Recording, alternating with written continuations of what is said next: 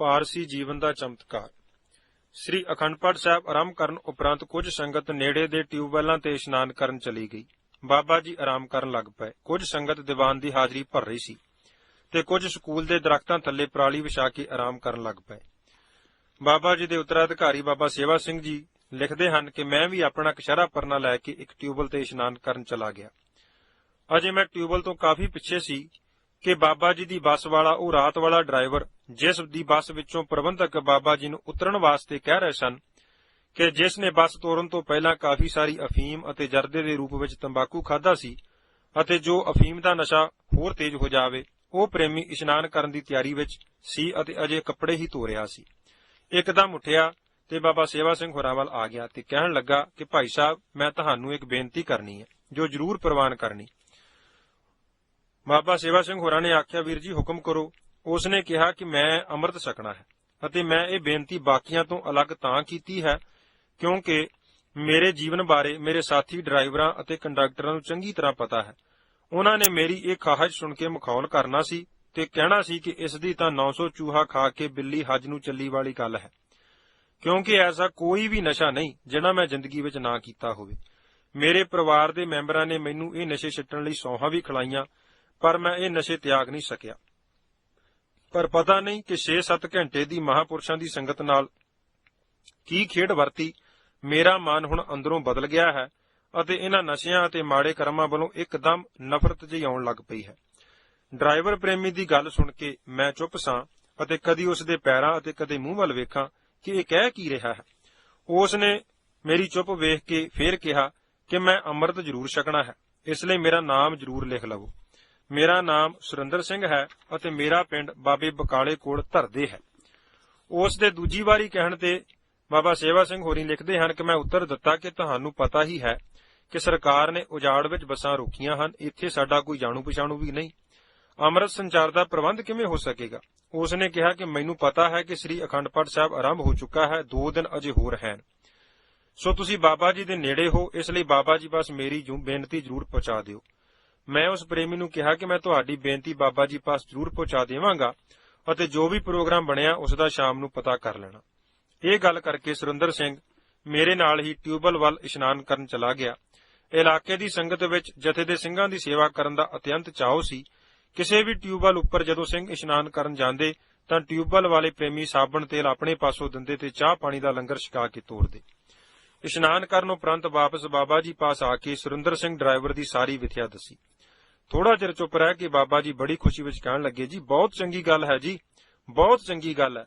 ਦੀਵਾਨ ਵਿੱਚ ਸ਼ਾਮ ਨੂੰ ਅਨਾਉਂਸਮੈਂਟ ਕਰ ਦੇਣੀ ਕਿ ਜਿਸ ਵੀ ਕਿਸੇ ਪ੍ਰੇਮੀ ਨੇ ਅਜੇ ਅੰਮ੍ਰਿਤ ਨਹੀਂ ਛਕਿਆ, ਸ੍ਰੀ ਅਖੰਡ ਪਾਠ ਸਾਹਿਬ ਜੀ ਦੇ ਭੋਗ ਤੋਂ ਪਿੱਛੋਂ ਅੰਮ੍ਰਿਤ ਦਾ ਬਾਟਾ ਤਿਆਰ ਹੋਵੇਗਾ। ਜੋ ਵੀ ਅਜੇ ਨਗੁਰਾ ਹੈ ਉਹ ਅੰਮ੍ਰਿਤ ਛਕ ਕੇ ਗੁਰੂ ਵਾਲਾ ਬਣ ਜਾਵੇ।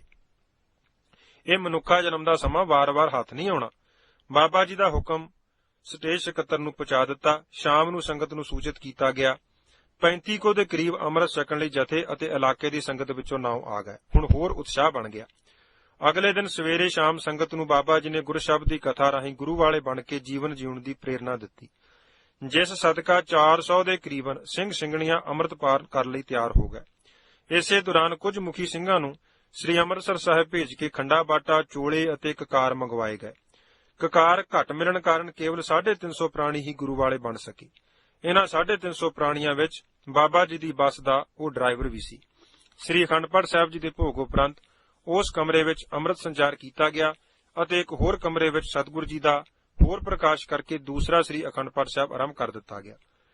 ਪਿਛਲੇ ਦਿਨਾਂ ਵਾਂਗ ਹੀ ਸ੍ਰੀ ਅਖੰਡ ਪਾਠ ਸਾਹਿਬ ਅਤੇ ਜਾਪ ਦੇ ਨਾਲ ਸਾਰਾ ਦਿਨ ਦੀਵਾਨ ਸਜਿਆ ਰਹਿੰਦਾ, ਜਿਸ ਵਿੱਚ ਜਥੇ ਦੀ ਸੰਗਤ ਤੋਂ ਇਲਾਵਾ ਦੂਰ-ਦੂਰ ਤੋਂ ਇਲਾਕੇ ਦੀ ਸੰਗਤ ਟਰੱਕਾਂ ਟਰਾਲੀਆਂ ਵਿੱਚ ਬੈਠ ਕੇ ਸਤਿਗੁਰੂ ਜੀ ਦੇ ਦਰਸ਼ਨ ਦਿਦਾਰੇ ਕਰਨ, ਦੀਵਾਨ ਦੀ ਹਾਜ਼ਰੀ ਭਰਨ ਅਤੇ ਮਹਾਂਪੁਰਸ਼ਾਂ ਦੇ ਦਰਸ਼ਨ ਕਰਨ ਆਉਂਦੀਆਂ। ਸੰਗਤਾਂ ਦੇ ਪਿਆਰ ਅਤੇ ਉਤਸ਼ਾਹ ਦਾ ਅੰਦਾਜ਼ਾ ਇਸ ਗੱਲ ਤੋਂ ਲਗਾਇਆ ਜਾ ਸਕਦਾ ਹੈ ਕਿ ਕੇਵਲ ਬਾਬਾ ਜੀ ਨੂੰ ਗੁਰਫਤਿਹ ਬੁਲਾ ਕੇ ਸੰਗਤ ਜੋ ਮਾਇਆ ਭੇਟਾ ਰੱਖਦੀ ਸੀ, ਉਹ ਰਕਮ ਇਹਨਾਂ 4-5 ਦਿਨਾਂ ਵਿੱਚ 15,000 ਰੁਪਏ ਤੋਂ ਵੀ ਵੱਧ ਇਕੱਤਰ ਹੋ ਗਈ ਸੀ। ਬਾਬਾ ਜੀ ਨੇ ਉਹ ਸਾਰੀ ਮਾਇਆ ਪ੍ਰਬੰਧਕਾਂ ਨੂੰ ਦੇ ਦਿੱਤੀ ਅਤੇ ਹੁਕਮ ਕੀਤਾ ਕਿ ਸ੍ਰੀ ਅਖੰਡ ਪਾਠ ਸਾਹਿਬ ਦੇ ਭੋਗ ਉਪਰੰਤ ਸਾਰੀ ਸੰਗਤ ਨੂੰ ਇਸ ਮਾਇਆ ਦਾ ਖੋਆ, ਪਨੀਰ ਅਤੇ ਹੋਰ ਚੰਗੀਆਂ-ਚੰਗੀਆਂ ਸਬਜ਼ੀਆਂ ਬਣਾ ਕੇ ਅਤੇ ਫਲ ਆਦਿ ਛਕਾ ਕੇ ਦੇਸੀ ਘਿਓ ਦਾ ਖੁੱਲ੍ਹਾ ਪ੍ਰਸ਼ਾਦ ਬਣਾਇਆ ਜਾਵੇ। ਬਾਬਾ ਜੀ ਦਾ ਬਚਨ ਮੰਨ ਕੇ ਨਜ਼ਦੀਕ ਦੇ ਛੋਟੇ ਸ਼ਹਿਰ ਭਾਈ ਭਗਤੇ ਦੀਆਂ ਸਾਰੀਆਂ ਦੁਕਾਨਾਂ ਤੋਂ ਦੇਸੀ ਘਿਓ ਖਰੀਦ ਕੇ ਲੈ ਆਂਦਾ। ਮਟਰ ਪਨੀਰ, ਹੋਰ ਸਬਜ਼ੀਆਂ ਅਤੇ ਫਲਾਂ ਦੇ ਨਾਲ ਬਦਾਮ ਮੇਵੇ ਪਾ ਕੇ ਖੀਰ ਅਤੇ ਲੰਗਰ ਸੰਗਤਾਂ ਨੂੰ ਛਕਾਇਆ ਗਿਆ। ਇਸ ਸ੍ਰੀ ਅਖੰਡ ਪਾਠ ਸਾਹਿਬ ਜੀ ਦੇ ਭੋਗ ਤੇ ਵੀ ਅੰਮ੍ਰਿਤ ਸੰਚਾਰ ਕਰਨ ਦਾ ਪ੍ਰੋਗਰਾਮ ਸੀ, ਜਿਸ ਬਾਬਤ ਸੰਗਤਾਂ ਨੂੰ ਪਹਿਲੇ ਦੀਵਾਨਾਂ ਦੇ ਦੀਵਾਨਾਂ ਵਿੱਚ ਦੱਸ ਦਿੱਤਾ। ਭੋਗ ਉਪਰੰਤ ਹੋਰ 250 ਪ੍ਰਾਣੀਆਂ ਨੇ ਅੰਮ੍ਰਿਤਪਾਨ ਕੀਤਾ। ਇਸ ਤਰ੍ਹਾਂ ਬਾਬਾ ਜੀ ਦੇ ਕੀਤੇ ਉਸ ਟਿਕਾਣੇ ਦੌਰਾਨ ਤਕਰੀਬਨ 600 ਦੇ ਨੇੜੇ ਤੇੜੇ ਸੰਗਤਾਂ ਨੇ ਅੰਮ੍ਰਿਤ ਛਕ ਕੇ ਗੁਰੂ ਚਰਨਾਂ ਨਾਲ ਆਪਣੀ ਆਤਮਿਕ ਗੰਢ ਪਾਈ। ਭੋਗ ਉਪਰੰਤ ਤੀਸਰਾ ਸ੍ਰੀ ਅਖੰਡ ਪਾਠ ਸਾਹਿਬ ਆਰੰਭ ਕਰਨ ਦੀਆਂ ਵਿਚਾਰਾਂ ਚੱਲ ਰਹੀਆਂ ਸਨ ਕਿ ਮੌਕੇ ਦੇ ਉੱਚ ਅਧਿਕਾਰੀ ਇਲਾਕੇ ਦੇ ਪਤਵੰਤਿਆਂ ਨੂੰ ਨਾਲ ਲੈ ਕੇ ਬਾਬਾ ਜੀ ਪਾਸ ਆ ਹਾਜ਼ਰ ਹੋਏ ਤੇ ਬੇਨਤੀ ਕੀਤੀ ਕਿ ਹੁਣ ਹੋਰ ਸ੍ਰੀ ਅਖੰਡ ਪਾਠ ਸਾਹਿਬ ਨਾ ਰੱਖਣਾ। ਆਪ ਜੀ ਜੋ ਚਾਹੁੰਦੇ ਹੋ ਸਾਨੂੰ ਦੱਸੋ, ਅਸੀਂ ਹਾਜ਼ਰ ਹਾਂ। ਬਾਬਾ ਜੀ ਨੇ ਮੁੜ ਆਪਣਾ 2 ਲਾਈਨਾਂ ਦਾ ਫੈਸਲਾ ਸੁਣਾਇਆ ਕਿ ਭਾਈ, ਅਸੀਂ ਸਤਿਗੁਰੂ ਜੀ ਦੇ ਸਨਮੁਖ ਅਰਦਾਸ ਕਰਕੇ ਗ੍ਰਿਫਤਾਰੀ ਦੇਣ ਵਾਸਤੇ ਚੱਲੇ ਹਾਂ। ਤੁਸੀਂ ਸਾਨੂੰ ਗ੍ਰਿਫਤਾਰ ਕਰਕੇ ਜੇਲ੍ਹ ਭੇਜ ਦਿਓ। ਉਹਨਾਂ ਅਧਿਕਾਰੀਆਂ ਨੇ ਥੋੜੀ ਦੂਰ ਜਾ ਕੇ ਸਲਾਹ ਕੀਤੀ ਅਤੇ ਮੁੜ ਆ ਬਾਬਾ ਜੀ ਨੂੰ ਕਹਿਣ ਲੱਗੇ ਕਿ ਅਸੀਂ ਤੁਹਾਨੂੰ ਸਾਰੇ ਜਥੇ ਨੂੰ ਫਿਰੋਜ਼ਪੁਰ ਜੇਲ੍ਹ ਭੇਜ ਦਿੰਦੇ ਹਾਂ, ਤੁਸੀਂ ਹੋਰ ਅਖੰਡ ਪਾਠ ਨਾ ਰੱਖਣਾ। ਸਾਰੀ ਸੰਗਤ ਵਿੱਚ ਇਹ ਗੱਲ ਫੈਲ ਗਈ। ਜਥੇ ਦੇ ਸਿੰਘ ਤਾਂ ਪਹਿਲਾਂ ਹੀ ਜੇਲ੍ਹ ਜਾਣ ਦੀ ਤਿਆਰੀ ਕਰ ਰਹੇ ਸਨ। ਉਧਰ ਇਲਾਕੇ ਦੀਆਂ ਸੰਗਤਾਂ ਨੇ ਬਾਬਾ ਜੀ ਨੂੰ ਬੇਨਤੀ ਕੀਤੀ ਕਿ ਆਪ ਜੀ ਕੁਝ ਦਿਨ ਹੋਰ ਸਾਡੇ ਇਲਾਕੇ ਵਿੱਚ ਟਿਕ ਕੇ ਗੁਰਸਿੱਖੀ ਪ੍ਰਚਾਰ ਕਰੋ, ਕਿਉਂਕਿ ਸਾਡੇ ਅਜੇ ਬਹੁਤ ਸਾਰੇ ਨਗਰ ਐਸੇ ਹਨ ਜਿਨ੍ਹਾਂ ਨੂੰ ਅਜੇ ਤੱਕ ਆਪ ਜੀ ਦੀ ਸੇਵਾ ਦਾ ਸੁਭਾਗਾ ਸਮਾਂ ਨਹੀਂ ਮਿਲਿਆ। ਬਾਬਾ ਜੀ ਨੇ ਦੋਵੇਂ ਹੱਥ ਜੋੜ ਕੇ ਸਾਰੀ ਇਲਾਕਾ ਨਿਵਾਸੀ ਸੰਗਤ ਦਾ ਧੰਨਵਾਦ ਕੀਤਾ ਕਿ ਤੁਸੀਂ ਸਾਰੇ ਪ੍ਰੇਮੀਆਂ ਨੇ ਸਮੁੱਚੀ ਸੰਗਤ ਦੀ ਬਹੁਤ ਜ਼ਿਆਦਾ ਸੇਵਾ ਕੀਤੀ ਹੈ। ਅਸੀਂ ਤਾਂ ਕੇਵਲ ਤੁਹਾਡਾ ਧੰਨਵਾਦ ਹੀ ਕਰ ਸਕਦੇ ਹਾਂ। ਸੇਵਾ ਦਾ ਫਲ ਤਾਂ ਤੁਹਾਨੂੰ ਸਤਿਗੁਰੂ ਜੀ ਅਵੱਸ਼ ਬਖਸ਼ਿਸ਼ ਕਰਨਗੇ। ਸਾਡਾ ਪ੍ਰੋਗਰਾਮ ਅਕਾਲ ਪੁਰਖ ਦੇ ਹੱਥ ਹੈ। ਗੁਰੂ ਹੁਕਮ ਹੈ ਕਿ ਨੱਕ ਨੱਥ ਖਸਮ ਹੱਥ ਕਿਰਤ ਤੱਕੇ ਦੇ, ਜਹਾਂ ਦਾਣੇ ਤਹਾਂ ਖਾਣੇ ਨਾਨਕਾ ਸੱਚ ਹੀ। ਬੇਨਤੀ ਚੌਪਈ ਸਾਹਿਬ ਅਤੇ ਮੂਲ ਮੰਤਰ ਦੇ ਅਖੰਡ ਜਾਪਾਂ ਦਾ ਵੀ ਭੋਗ ਪਾ ਦਿੱਤਾ। ਦੀਵਾਨ ਅਤੇ ਅੰਮ੍ਰਿਤ ਸੰਚਾਰ ਦੀ ਸਮਾਪਤੀ ਤੋਂ ਪਿੱਛੋਂ ਸਾਰੀ ਸੰਗਤ ਨੂੰ ਅਗਲਾ ਪ੍ਰੋਗਰਾਮ ਦੱਸਿਆ ਗਿਆ। ਸ਼ਾਮ 4 ਵਜੇ ਸਾਰੀ ਸੰਗਤ ਮੁੜ ਗ੍ਰਿਫਤਾਰੀ ਦੇਣ ਲਈ ਬੱਸਾਂ ਵਿੱਚ ਸਵਾਰ ਹੋ ਗਈ। ਇਲਾਕੇ ਦੀ ਸੰਗਤ ਨੇ ਜਥੇ ਦੀ ਸੇਵਾ ਲਈ ਜੋ ਆਟਾ, ਦਾਲਾਂ, ਖੰਡ ਦੀਆਂ ਬੋਰੀਆਂ ਤੇ ਹੋਰ ਸੁੱਕਾ ਰਾਸ਼ਨ ਲਿਆਂਦਾ ਸੀ, ਉਹ 2 ਟਰੱਕਾਂ ਉੱਪਰ ਲੱਦ ਕੇ ਸਰਬ ਸੰਗਤ ਦੀ ਸਹਿਮਤੀ ਨਾਲ ਧੰਨ ਗੁਰੂ ਰਾਮਦਾਸ ਸਾਹਿਬ ਜੀ ਦੇ ਲੰਗਰ ਸ੍ਰੀ ਅੰਮ੍ਰਿਤਸਰ ਸਾਹਿਬ ਭੇਜ ਦਿੱਤਾ ਗਿਆ। ਬੜੇ ਪਿਆਰ ਭਰੇ ਵਾਤਾਵਰਣ ਵਿੱਚ ਇਲਾਕੇ ਦੀਆਂ ਸੰਗਤਾਂ ਪਾਸੋਂ ਵਧਾਈਗੀ ਲੈ ਕੇ ਜਥੇ ਦੇ ਸਿੰਘਾਂ ਦੇ ਇਸ ਕਾਫਲੇ ਨੇ ਜਕਾਰਿਆਂ ਦੀ ਗੂੰਜ ਵਿੱਚ ਫਿਰੋਜ਼ਪੁਰ ਜੇਲ੍ਹ ਲਈ ਚਾਲੇ ਪਾਏ। 7 ਵਜੇ ਦੇ ਕਰੀਬਨ ਜਥਾ ਅਜੇ ਘੁੱਲਾ ਨਹਿਰ ਪਾਸ ਹੀ ਪੁੱਜਾ ਸੀ ਕਿ ਪੁਲਿਸ ਨੇ ਫਿਰ ਰੋਕ ਲਿਆ ਅਤੇ 2 ਹੁਕਮ ਸੁਣਾਏ ਕਿ ਤੁਹਾਨੂੰ ਜੇਲ੍ਹ ਨਹੀਂ ਖੜਨਾ, ਵਾਪਸ ਜਿੱਥੇ ਕਹੋ ਛੱਡ ਆਉਂਦੇ ਹਾਂ। ਜੇਕਰ ਜੇਲ੍ਹ ਜ਼ਰੂਰੀ ਜਾਣਾ ਹੈ ਤਦ ਗਾਤਰੇ ਵਾਲੀ ਕਿਰਪਾਨ ਉਤਾਰ ਕੇ ਅੰਦਰ ਜਾਣਾ ਪਵੇਗਾ। ਬਾਬਾ ਜੀ ਨੇ ਇਹ ਦੋਵੇਂ ਗੱਲਾਂ ਸਵੀਕਾਰ ਕਰਨ ਤੋਂ ਇਨਕਾਰ ਕਰ ਦਿੱਤਾ। ਸਾਧ ਜਸਜੀਤ ਸਿੰਘ ਅਤੇ ਹੋਰ ਮੁਖੀ ਪ੍ਰੇਮੀਆਂ ਨੇ ਪੁਲਿਸ ਅਧਿਕਾਰੀਆਂ ਨੂੰ ਸਮਝਾਇਆ ਕਿ ਭਾਈ, ਇਹ ਮਹਾਂਪੁਰਖਾਂ ਦਾ ਜਥਾ ਹੈ। ਜੋ ਉਹਨਾਂ ਆਪਣੀ ਜ਼ਮਾਨ ਵਿੱਚੋਂ ਕਹਿ ਦਿੱਤਾ ਉਸ ਵਿੱਚ ਕਿਸੇ ਕਿਸਮ ਦਾ ਕੋਈ ਵਾਧਾ ਘਾਟਾ ਨਹੀਂ ਹੋਣਾ। ਅਖੀਰ ਰਾਤ 10 ਵਜੇ ਤੱਕ ਕਾਫੀ ਤਣਾਅ ਦਾ ਵਾਤਾਵਰਣ ਬਣਿਆ ਰਿਹਾ। ਪੁਲਿਸ ਅਧਿਕਾਰੀਆਂ ਨੇ 10:30 ਵਜੇ ਜਥੇ ਨੂੰ ਫਿਰੋਜ਼ਪੁਰ ਜੇਲ੍ਹ ਵਿੱਚ ਦਾਖਲ ਕਰ ਦਿੱਤਾ। ਸਾਰੇ ਸਿੰਘਾਂ ਦੇ ਨਾਂ ਪਤਾ ਲਿਖਦਿਆਂ ਨੂੰ 2 ਵੱਜ ਗਏ। ਥੋੜਾ ਲੰਗਰ ਛਕ ਕੇ ਆਰਾਮ ਕੀਤਾ। ਸਵੇਰੇ ਆਪੋ ਆਪਣੇ ਨਿਤਨੇਮ ਕਰਨ ਉਪਰੰਤ ਹਰ ਰੋਜ਼ ਸੰਗਤ ਸਤਿਗੁਰੂ ਸ੍ਰੀ ਗੁਰੂ ਗ੍ਰੰਥ ਸਾਹਿਬ ਜੀ ਦੇ ਦਰਸ਼ਨ ਕਰਨ ਜਾਂਦੀ। ਫਿਰ ਚਾਹ ਦਾ ਲੰਗਰ ਆ ਜਾਂਦਾ। ਚਾਹ ਛਕ ਕੇ ਜੇਲ੍ਹ ਦੇ ਅਹਾਤੇ ਵਿੱਚ ਸੰਗਤ ਘੁੰਮ ਫਿਰ ਕੇ ਸੈਰ ਕਰਦੀ। ਤਕਰੀਬਨ 10 ਵਜੇ ਲੰਗਰ ਛਕ ਕੇ ਸੰਗਤ ਥੋੜਾ ਆਰਾਮ ਕਰਦੀ। ਫਿਰ ਛੋਟੇ ਜਥੇ ਬਣਾ ਕੇ ਸ੍ਰੀ ਸੁਖਮਨੀ ਸਾਹਿਬ ਅਤੇ ਹੋਰ ਬਾਣੀਆਂ ਦਾ ਪਾਠ ਕਰਦੀ ਅਤੇ ਸੁਣਦੀ। ਸ਼ਾਮ ਨੂੰ ਫਿਰ ਸੋਦਾ ਰਹਿਰਸ ਦੀ ਹਾਜ਼ਰੀ ਭਰੀ ਜਾਂਦੀ। ਉਪਰੰਤ ਲੰਗਰ ਛਕ ਕੇ ਆਰਾਮ ਕੀਤਾ ਜਾਂਦਾ। ਜਿਤਨੀ ਮਾਇਆ ਬਾਬਾ ਜੀ ਪਾਸ ਅਜੇ ਹੋਰ ਬਚੀ ਸੀ, ਉਸ ਦੇ ਕੇਲੇ, ਸੇਬ ਇਤ ਆਦਿਕ ਫਲ ਤਥਾ ਹੋਰ ਚੰਗੀਆਂ ਸਬਜ਼ੀਆਂ ਲਿਆ ਕੇ ਸੰਗਤਾਂ ਨੂੰ ਛਕਾਈਆਂ ਜਾਂਦੀਆਂ। ਇਹ 10 ਦਿਨ ਦਾ ਸਮਾਂ ਜਿਨ੍ਹਾਂ ਗੁਰਮੁਖ ਪਿਆਰਿਆਂ ਨੇ ਮਾਣਿਆ ਹੈ ਉਹਨਾਂ ਨੂੰ ਹੀ ਪਤਾ ਹੈ। ਲਿਖੇ ਹੋਏ ਨੂੰ ਜਾਂ ਇਸ ਤਰ੍ਹਾਂ ਦੱਸੇ ਹੋਏ ਨੂੰ ਸੁਣ ਕੇ ਸ਼ਾਇਦ ਕੋਈ ਸਮਝੇ ਕਿ ਇਹ ਆਤ ਕਥਨੀ ਹੈ। ਇਹਨਾਂ 10 ਦਿਨਾਂ ਵਿੱਚ ਸੰਗਤ ਨੂੰ ਘਰਾਂ ਤਥਾ ਹੋਰ ਰੁਝੇਵਿਆਂ ਦੀ ਯਾਦ ਹੀ ਭੁੱਲੀ ਰਹੀ। ਕਈ ਇੱਕ ਪ੍ਰੇਮੀ ਇਹ ਕਹਿੰਦੇ ਸੁਣੇ ਗਏ ਕਿ ਬਾਬਾ ਜੀ ਦੀ ਅਗਵਾਈ ਵਿੱਚ ਜੇਲ੍ਹ ਯਾਤਰਾ ਦਾ ਸਮਾਂ ਸਾਡੀ ਜ਼ਿੰਦਗੀ ਦਾ ਸਭ ਤੋਂ ਵਧੀਆ ਅਤੇ ਸੁਨਹਿਰੀ ਸਮਾਂ ਸੀ। ਜੇ ਕਿਸੇ ਕਾਰਨ ਇਸ ਸਮੇਂ ਤੋਂ ਵਾਂਝੇ ਰਹਿ ਜਾਂਦੇ ਤਾਂ ਮਨ ਵਿੱਚ ਪਛਤਾਵਾ ਹੀ ਰਹਿਣਾ ਸੀ। ਸਰਬ ਸੰਗਤ ਇੱਕ ਦੂਜੇ ਨਾਲ ਬੜੇ ਪ੍ਰੇਮ ਪਿਆਰ ਨਾਲ ਵਰਤਾਓ ਕਰਦੀ। 3 ਦਿਨ ਜੇਲ੍ਹ ਰਹਿਣ ਉਪਰੰਤ 30 ਅਕਤੂਬਰ 1982 ਨੂੰ ਜੇਲ੍ਹ ਅਧਿਕਾਰੀਆਂ ਨੇ ਸਰਬ ਸੰਗਤ ਨੂੰ ਰਿਹਾ ਕਰਨ ਦਾ ਹੁਕਮ ਸੁਣਾ ਦਿੱਤਾ। ਬਾਬਾ ਜੀ ਦੇ ਕਹਿਣ ਤੇ ਸਰਬ ਸੰਗਤ ਨੇ ਵਾਪਸੀ ਦੀ ਤਿਆਰੀ ਕਰ ਲਈ। ਜੇਲ੍ਹ ਤੋਂ ਬਾਹਰ ਬੱਸਾਂ ਤਿਆਰ ਖੜੀਆਂ ਸਨ। ਸਾਰੀ ਸੰਗਤ ਬੱਸਾਂ ਵਿੱਚ ਬੈਠ ਕੇ ਕੁਝ ਸੰਗਤ ਸ੍ਰੀ ਅੰਮ੍ਰਿਤਸਰ ਸਾਹਿਬ ਤੇ ਕੁਝ ਆਪੋ ਆਪਣੇ ਨਗਰਾਂ ਨੂੰ ਪੁੱਜ ਗਈ। ਸੱਜਣ ਮੇਰੇ ਰੰਗੁਲੇ ਜਾਏ ਸੁੱਤੇ ਜੀਰਾਨ। ਬਾਬਾ ਜੀ ਦਾ ਸਰੀਰ ਬਿਰਧ ਹੋਣ ਦਾ ਸਦਕਾ ਅਤੇ ਸਵੇਰ ਤੋਂ ਸ਼ਾਮ ਤੱਕ ਸੰਗਤਾਂ ਦੇ ਮੇਲ ਮਿਲਾਪ ਦੀ ਖੇਚਲ ਕਾਰਨ ਆਪ ਜੀ ਨੂੰ 21 ਅਕਤੂਬਰ 1982 ਨੂੰ ਬੁਖਾਰ ਹੋ ਗਿਆ ਸੀ। ਪਰ ਆਪ ਜੀ ਨੇ ਫਿਰ ਵੀ ਸਰੀਰਕ ਤਕਲੀਫ ਦੀ ਪਰਵਾਹ ਨਹੀਂ ਕੀਤੀ ਅਤੇ ਪਹਿਲੇ ਦੀ ਤਰ੍ਹਾਂ ਹੀ ਸੰਗਤਾਂ ਵਿੱਚ ਵਿਚਰਦੇ ਰਹੇ। ਖੇਚਲ ਕਾਰਨ ਇਹ ਸਰੀਰਕ ਤਕਲੀਫ ਕਾਫੀ ਵੱਧ ਗਈ ਤੇ ਬੁਖਾਰ ਦੇ ਨਾਲ ਖਾਂਸੀ ਵੀ ਹੋ ਗਈ। 26 ਅਕਤੂਬਰ 1982 ਨੂੰ ਜੇਲ੍ਹ ਪੁੱਜਣ ਤੱਕ ਬਾਬਾ ਜੀ ਨੂੰ ਬਹੁਤ ਜ਼ਿਆਦਾ ਬੁਖਾਰ ਅਤੇ ਬਲੱਡ ਪ੍ਰੈਸ਼ਰ ਦੀ ਤਕਲੀਫ ਸੀ। ਜੇਲ੍ਹ ਸੁਪਰਡੈਂਟ ਨੇ ਉਚੇਚਾ ਸਿਵਲ ਸਰਜਨ ਅਤੇ ਹੋਰ ਮਾਹਿਰ ਡਾਕਟਰਾਂ ਨੂੰ ਸੱਦ ਕੇ ਬਾਬਾ ਜੀ ਲਈ ਦਵਾਈ ਆਦਿਕ ਦਾ ਪ੍ਰਬੰਧ ਕੀਤਾ। ਜੇਲ੍ਹ ਵਿੱਚ ਰਹਿੰਦਿਆਂ 3 ਦਿਨ ਦੇ ਲਗਾਤਾਰ ਇਲਾਜ ਨਾਲ ਵੀ ਸਿਹਤ ਵਿੱਚ ਬਹੁਤਾ ਸੁਧਾਰ ਨਾ ਹੋਇਆ, ਪਰ ਆਤਮਾ ਬਲਵਾਨ ਹੋਣ ਕਾਰਨ ਆਪ ਜੀ ਨੇ ਇੰਨੀ ਸਰੀਰਕ ਖੇਚਲ ਹੁੰਦਿਆਂ ਹੋਇਆਂ ਵੀ ਕੋਈ ਪਰਵਾਹ ਨਾ ਕੀਤੀ ਅਤੇ ਸੰਗਤਾਂ ਦੀ ਅਗਵਾਈ ਉਸੇ ਤਰ੍ਹਾਂ ਜਾਰੀ ਰੱਖੀ। ਰਿਹਾਈ ਉਪਰੰਤ ਬਾਕੀ ਸੰਗਤਾਂ ਦੇ ਨਾਲ ਹੀ ਬਾਬਾ ਜੀ ਸ੍ਰੀ ਅੰਮ੍ਰਿਤਸਰ ਸਾਹਿਬ ਪੁੱਜੇ। ਹਰਿਮੰਦਰ ਸਾਹਿਬ ਮੱਥਾ ਟੇਕਣ ਉਪਰੰਤ ਆਪ ਜੀ ਤੇਜਾ ਸਿੰਘ ਸਮੁੰਦਰੀ ਹਾਲ ਦੇ ਹੇਠਲੇ ਕਮਰੇ ਵਿੱਚ ਬੈਠ ਗਏ। ਸੰਤ ਹਰਚੰਦ ਸਿੰਘ ਲੌਂਗੋਵਾਲ ਤੇ ਸੰਤ ਬਾਬਾ ਜਰਨੈਲ ਸਿੰਘ ਜੀ ਖਾਲਸਾ ਆਪ ਜੀ ਨੂੰ ਬੜੇ ਪਿਆਰ ਅਤੇ ਸਤਿਕਾਰ ਨਾਲ ਉੱਥੇ ਆ ਕੇ ਮਿਲੇ। ਕੁਝ ਸਮਾਂ ਪ੍ਰੇਮ ਪਿਆਰ ਦੇ ਬਚਨ ਕਰਨ ਉਪਰੰਤ ਆਪ ਜੀ ਨੇ ਸਰੀਰ ਠੀਕ ਨਾ ਹੋਣ ਕਾਰਨ ਉਹਨਾਂ ਪਾਸੋਂ ਆਗਿਆ ਲਈ ਸ਼ਾਮ ਨੂੰ ਬਾਬਾ ਜੀ ਦੇ ਉੱਤਰਾਧਿਕਾਰੀ ਬਾਬਾ ਸੇਵਾ ਸਿੰਘ ਜੀ, ਸਾਧ ਜਸਜੀਤ ਸਿੰਘ, ਭਾਈ ਬਗੀਚਾ ਸਿੰਘ, ਨੰਬਰਦਾਰ ਚੰਨਣ ਸਿੰਘ, ਭਾਈ ਸਵਰਨ ਸਿੰਘ, ਸੈਂਟਰਲ ਟਾਊਨ ਜਲੰਧਰ ਸਾਧ ਸਰਵਣ ਸਿੰਘ ਹੋਰਾਂ ਦੇ ਘਰ ਪੁੱਜ ਗਏ। ਰਾਤ ਇੱਥੇ ਹੀ ਵਿਸ਼ਰਾਮ ਕੀਤਾ।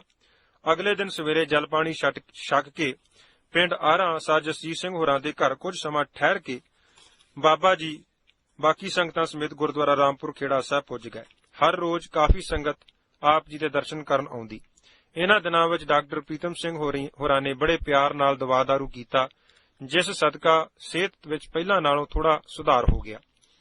8 ਨਵੰਬਰ 1982 ਸ਼ਾਮ ਨੂੰ ਆਪ ਸੰਗਤਾਂ ਨਾਲ ਪੰਗਤ ਵਿੱਚ ਪ੍ਰਸ਼ਾਦਾ ਛਕ ਕੇ ਆਪਣੇ ਕਮਰੇ ਵਿੱਚ ਆਰਾਮ ਕਰਨ ਲਈ ਗਏ ਹੀ ਸਨ ਕਿ ਅਚਾਨਕ ਹੀ ਆਪ ਜੀ ਦੀਆਂ ਆਂਤੜੀਆਂ ਵਿੱਚੋਂ ਖੂਨ ਆਉਣਾ ਸ਼ੁਰੂ ਹੋ ਗਿਆ। ਕਾਫੀ ਇਲਾਜ ਕੀਤਾ ਗਿਆ ਪਰ ਹਾਲਤ ਹੋਰ ਵਿਗੜ ਗਈ। ਦਿਨ ਦੇ ਚੜ੍ਹਾਅ ਨਾਲ ਹੀ ਪ੍ਰਿੰਸੀਪਲ ਤਰਸੇਮ ਸਿੰਘ ਜੀ, ਜੋ ਕਿ ਬਾਬਾ ਜੀ ਦੇ ਭਤੀਜੇ ਸਨ, ਉਹਨਾਂ ਨੂੰ ਧੁੱਗੇ ਪਿੰਡ ਤੋਂ ਸੱਦ ਲਿਆ ਅਤੇ ਸਾਰੇ ਪ੍ਰੇਮੀਆਂ ਨੇ ਇਲਾਜ ਹਿਤ ਬਾਬਾ ਜੀ ਨੂੰ ਸ੍ਰੀ ਅੰਮ੍ਰਿਤਸਰ ਸਾਹਿਬ ਲੈ ਜਾਣ ਦੀ ਸਲਾਹ ਬਣਾਈ। ਰਸਤੇ ਚੋਂ ਹੀ ਡਾਕਟਰ ਪ੍ਰੀਤਮ ਸਿੰਘ ਹੋਰਾਂ ਨੂੰ ਵੀ ਨਾਲ ਲੈ ਲਿਆ ਤੇ 10 ਵਜੇ ਦੇ ਕਰੀਬਨ ਸ੍ਰੀ ਅੰਮ੍ਰਿਤਸਰ ਸਾਹਿਬ ਡਾਕਟਰ ਹਰਚਰਨ ਸਿੰਘ ਜੀ, ਜੋ ਕਿ ਮੈਡੀਕਲ ਕਾਲਜ ਅੰਮ੍ਰਿਤਸਰ ਦੇ ਪ੍ਰਿੰਸੀਪਲ ਅਤੇ ਬਾਬਾ ਜੀ ਦੇ ਪ੍ਰੇਮੀ ਸਨ, ਉਹਨਾਂ ਪਾਸ ਪੁੱਜ ਗਏ। ਉਹਨਾਂ ਨੇ ਹੋਰ ਮਾਹਿਰ ਡਾਕਟਰਾਂ ਨਾਲ ਸਲਾਹ ਕਰਕੇ ਬਾਬਾ ਜੀ ਨੂੰ Variam Singh memorial nursing home Amritsar ਵਿੱਚ ਦਾਖਲ ਕਰਕੇ ਇਲਾਜ ਸ਼ੁਰੂ ਕਰ ਦਿੱਤਾ। ਉਧਰ ਮੰਜੀ ਸਾਹਿਬ ਬਾਬਾ ਜੀ ਦੀ ਸਿਹਤਯਾਬੀ ਲਈ ਸੰਤ ਹਰਚਰਨ ਸਿੰਘ ਜੀ ਅਤੇ ਸੰਤ ਬਾਬਾ ਜਰਨੈਲ ਸਿੰਘ ਜੀ ਨੇ ਸਰਬ ਸੰਗਤਾਂ ਦੇ ਵਿੱਚ ਇਕੱਤਰ ਹੋ ਕੇ ਅਰਦਾਸ ਕੀਤੀ ਤੇ ਸ੍ਰੀ ਅਖੰਡ ਪਾਠ ਸਾਹਿਬ ਆਰੰਭ ਕਰ ਦਿੱਤਾ। ਸਤਿਗੁਰੂ ਜੀ ਦੀ ਮਿਹਰ ਅਤੇ ਡਾਕਟਰ ਹਰਚਰਨ ਸਿੰਘ ਹੋਰਾਂ ਤੇ ਹੋਰ ਡਾਕਟਰਾਂ ਦੀ ਮਿਹਨਤ ਸਦਕਾ ਬਾਬਾ ਜੀ ਦੀ ਸਿਹਤ ਵਿੱਚ ਸੁਧਾਰ ਹੋਣਾ ਸ਼ੁਰੂ ਹੋ ਗਿਆ। 10 ਕੁ ਦਿਨ ਵਿੱਚ ਹੀ ਆਪ ਜੀ ਤੁਰਨ ਫਿਰਨ ਲੱਗ ਪਏ। ਪਹਿਲੀ ਬਿਮਾਰੀ ਤਾਂ ਠੀਕ ਹੋ ਗਈ, ਪਰ ਹੁਣ ਪਿਸ਼ਾਬ ਰੁਕਣ ਦੀ ਤਕਲੀਫ ਹੋ ਗਈ। 1 ਮਹੀਨਾ ਲਗਾਤਾਰ ਇਲਾਜ ਚੱਲਦਾ ਰਿਹਾ, ਪਰ ਇਸ ਤਕਲੀਫ ਵਿੱਚ ਕੋਈ ਸੁਧਾਰ ਨਾ ਆਇਆ। ਅਖੀਰ ਡਾਕਟਰ ਹਰਚਰਨ ਸਿੰਘ ਹੋਰਾਂ ਨੇ ਸਲਾਹ ਦਿੱਤੀ ਕਿ ਬਾਬਾ ਜੀ ਦੀ ਸਿਹਤ ਵੱਡਾ ਆਪਰੇਸ਼ਨ ਕਰਨ ਦੇ ਕਾਬਿਲ ਨਹੀਂ ਹੈ, ਇਸ ਲਈ ਛੋਟਾ ਆਪਰੇਸ਼ਨ TUR ਕਰਵਾ ਲਿਆ ਜਾਵੇ, ਜਿਸ ਨਾਲ ਸਰੀਰ ਨੂੰ ਖੇਚਲ ਨਹੀਂ ਹੋਵੇਗੀ ਤੇ ਪਿਸ਼ਾਬ ਦੀ ਤਕਲੀਫ ਵੀ ਠੀਕ ਹੋ ਜਾਵੇਗੀ। ਉਸ ਸਮੇਂ TUR ਦਾ ਪ੍ਰਬੰਧ ਕੇਵਲ PGI ਚੰਡੀਗੜ੍ਹ ਵਿੱਚ ਜਾਂ ਦਿੱਲੀ ਹੀ ਸੀ।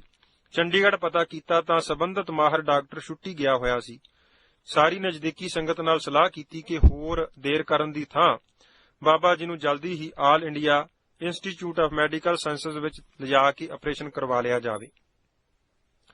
ਜਦੋਂ ਬਾਬਾ ਜੀ ਨੂੰ ਪਤਾ ਲੱਗਾ ਕਿ ਸੰਗਤ ਨੇ ਸਾਡਾ ਇਲਾਜ ਕਰਵਾਉਣ ਲਈ ਦਿੱਲੀ ਖੜਨ ਦੀ ਸਲਾਹ ਬਣਾਈ ਹੈ, ਤਦ ਆਪ ਜੀ ਕਾਫੀ ਨਾਰਾਜ਼ ਹੋਏ ਅਤੇ ਕਹਿਣ ਲੱਗੇ ਕਿ ਤੁਸੀਂ ਸਾਨੂੰ ਵਾਪਸ ਗੁਰਦੁਆਰਾ ਸਾਹਿਬ ਹੀ ਲੈ ਚੱਲੋ, ਐਵੇਂ ਸਾਡੇ ਸਰੀਰ ਨੂੰ ਦਿੱਲੀ ਲਿਜਾਣ ਦੀਆਂ ਸਲਾਹਾਂ ਨਾ ਬਣਾਵੋ। ਭਾਵੇਂ ਬਾਬਾ ਜੀ ਦੀ ਮਰਜ਼ੀ ਦਿੱਲੀ ਜਾਣ ਦੀ ਨਹੀਂ ਸੀ, ਪਰ ਆਪ ਜੀ ਦਾ ਸਰੀਰਕ ਕਸ਼ਟ ਵੀ ਸੰਗਤਾਂ ਲਈ ਸਹਾਰਨਾ ਬਹੁਤ ਔਖਾ ਸੀ।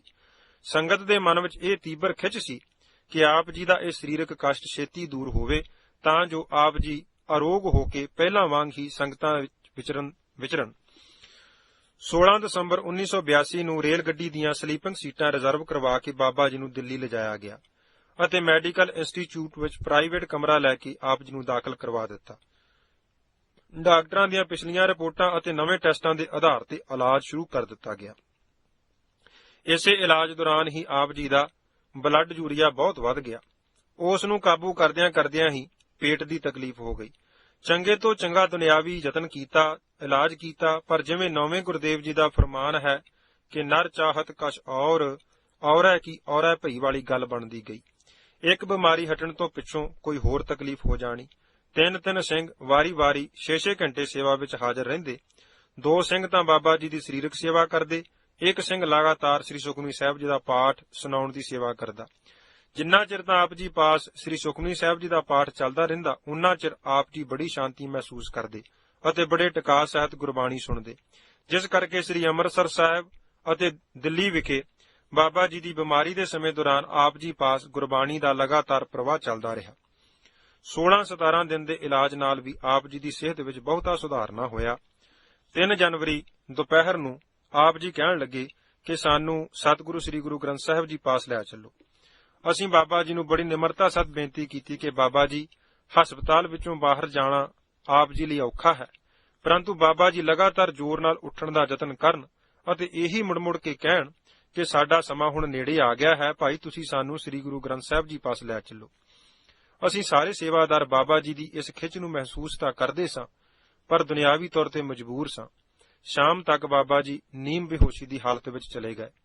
ਅਗਲੇ ਦਿਨ ਚੜੇ ਬਾਬਾ ਹਰਬੰਸ ਸਿੰਘ ਜੀ ਕਾਰ ਸੇਵਾ ਵਾਲਿਆਂ ਰਾਹੀਂ ਹੈਲਥ ਸੈਕਟਰੀ ਤੱਕ ਪਹੁੰਚ ਕੀਤੀ ਕਿ ਬਾਬਾ ਜੀ ਦੀ ਸਿਹਤ ਵਿੱਚ ਸੁਧਾਰ ਲਿਆਉਣ ਲਈ ਕੋਈ ਹੋਰ ਚੰਗਾ ਯਤਨ ਕੀਤਾ ਜਾਵੇ। ਹੈਲਥ ਸੈਕਟਰੀ ਨੇ ਕਿਹਾ ਕਿ ਮੈਂ 3-4 ਵਜੇ ਸ਼ਾਮ ਤੇ ਤਕਰੀਬਨ ਖੁਦ ਆਪ ਹਸਪਤਾਲ ਆਵਾਂਗਾ ਤੇ ਸਾਰੇ ਡਾਕਟਰਾਂ ਨੂੰ ਹੋਰ ਬਿਹਤਰ ਇਲਾਜ ਲਈ ਹਦਾਇਤ ਕਰਾਂਗਾ।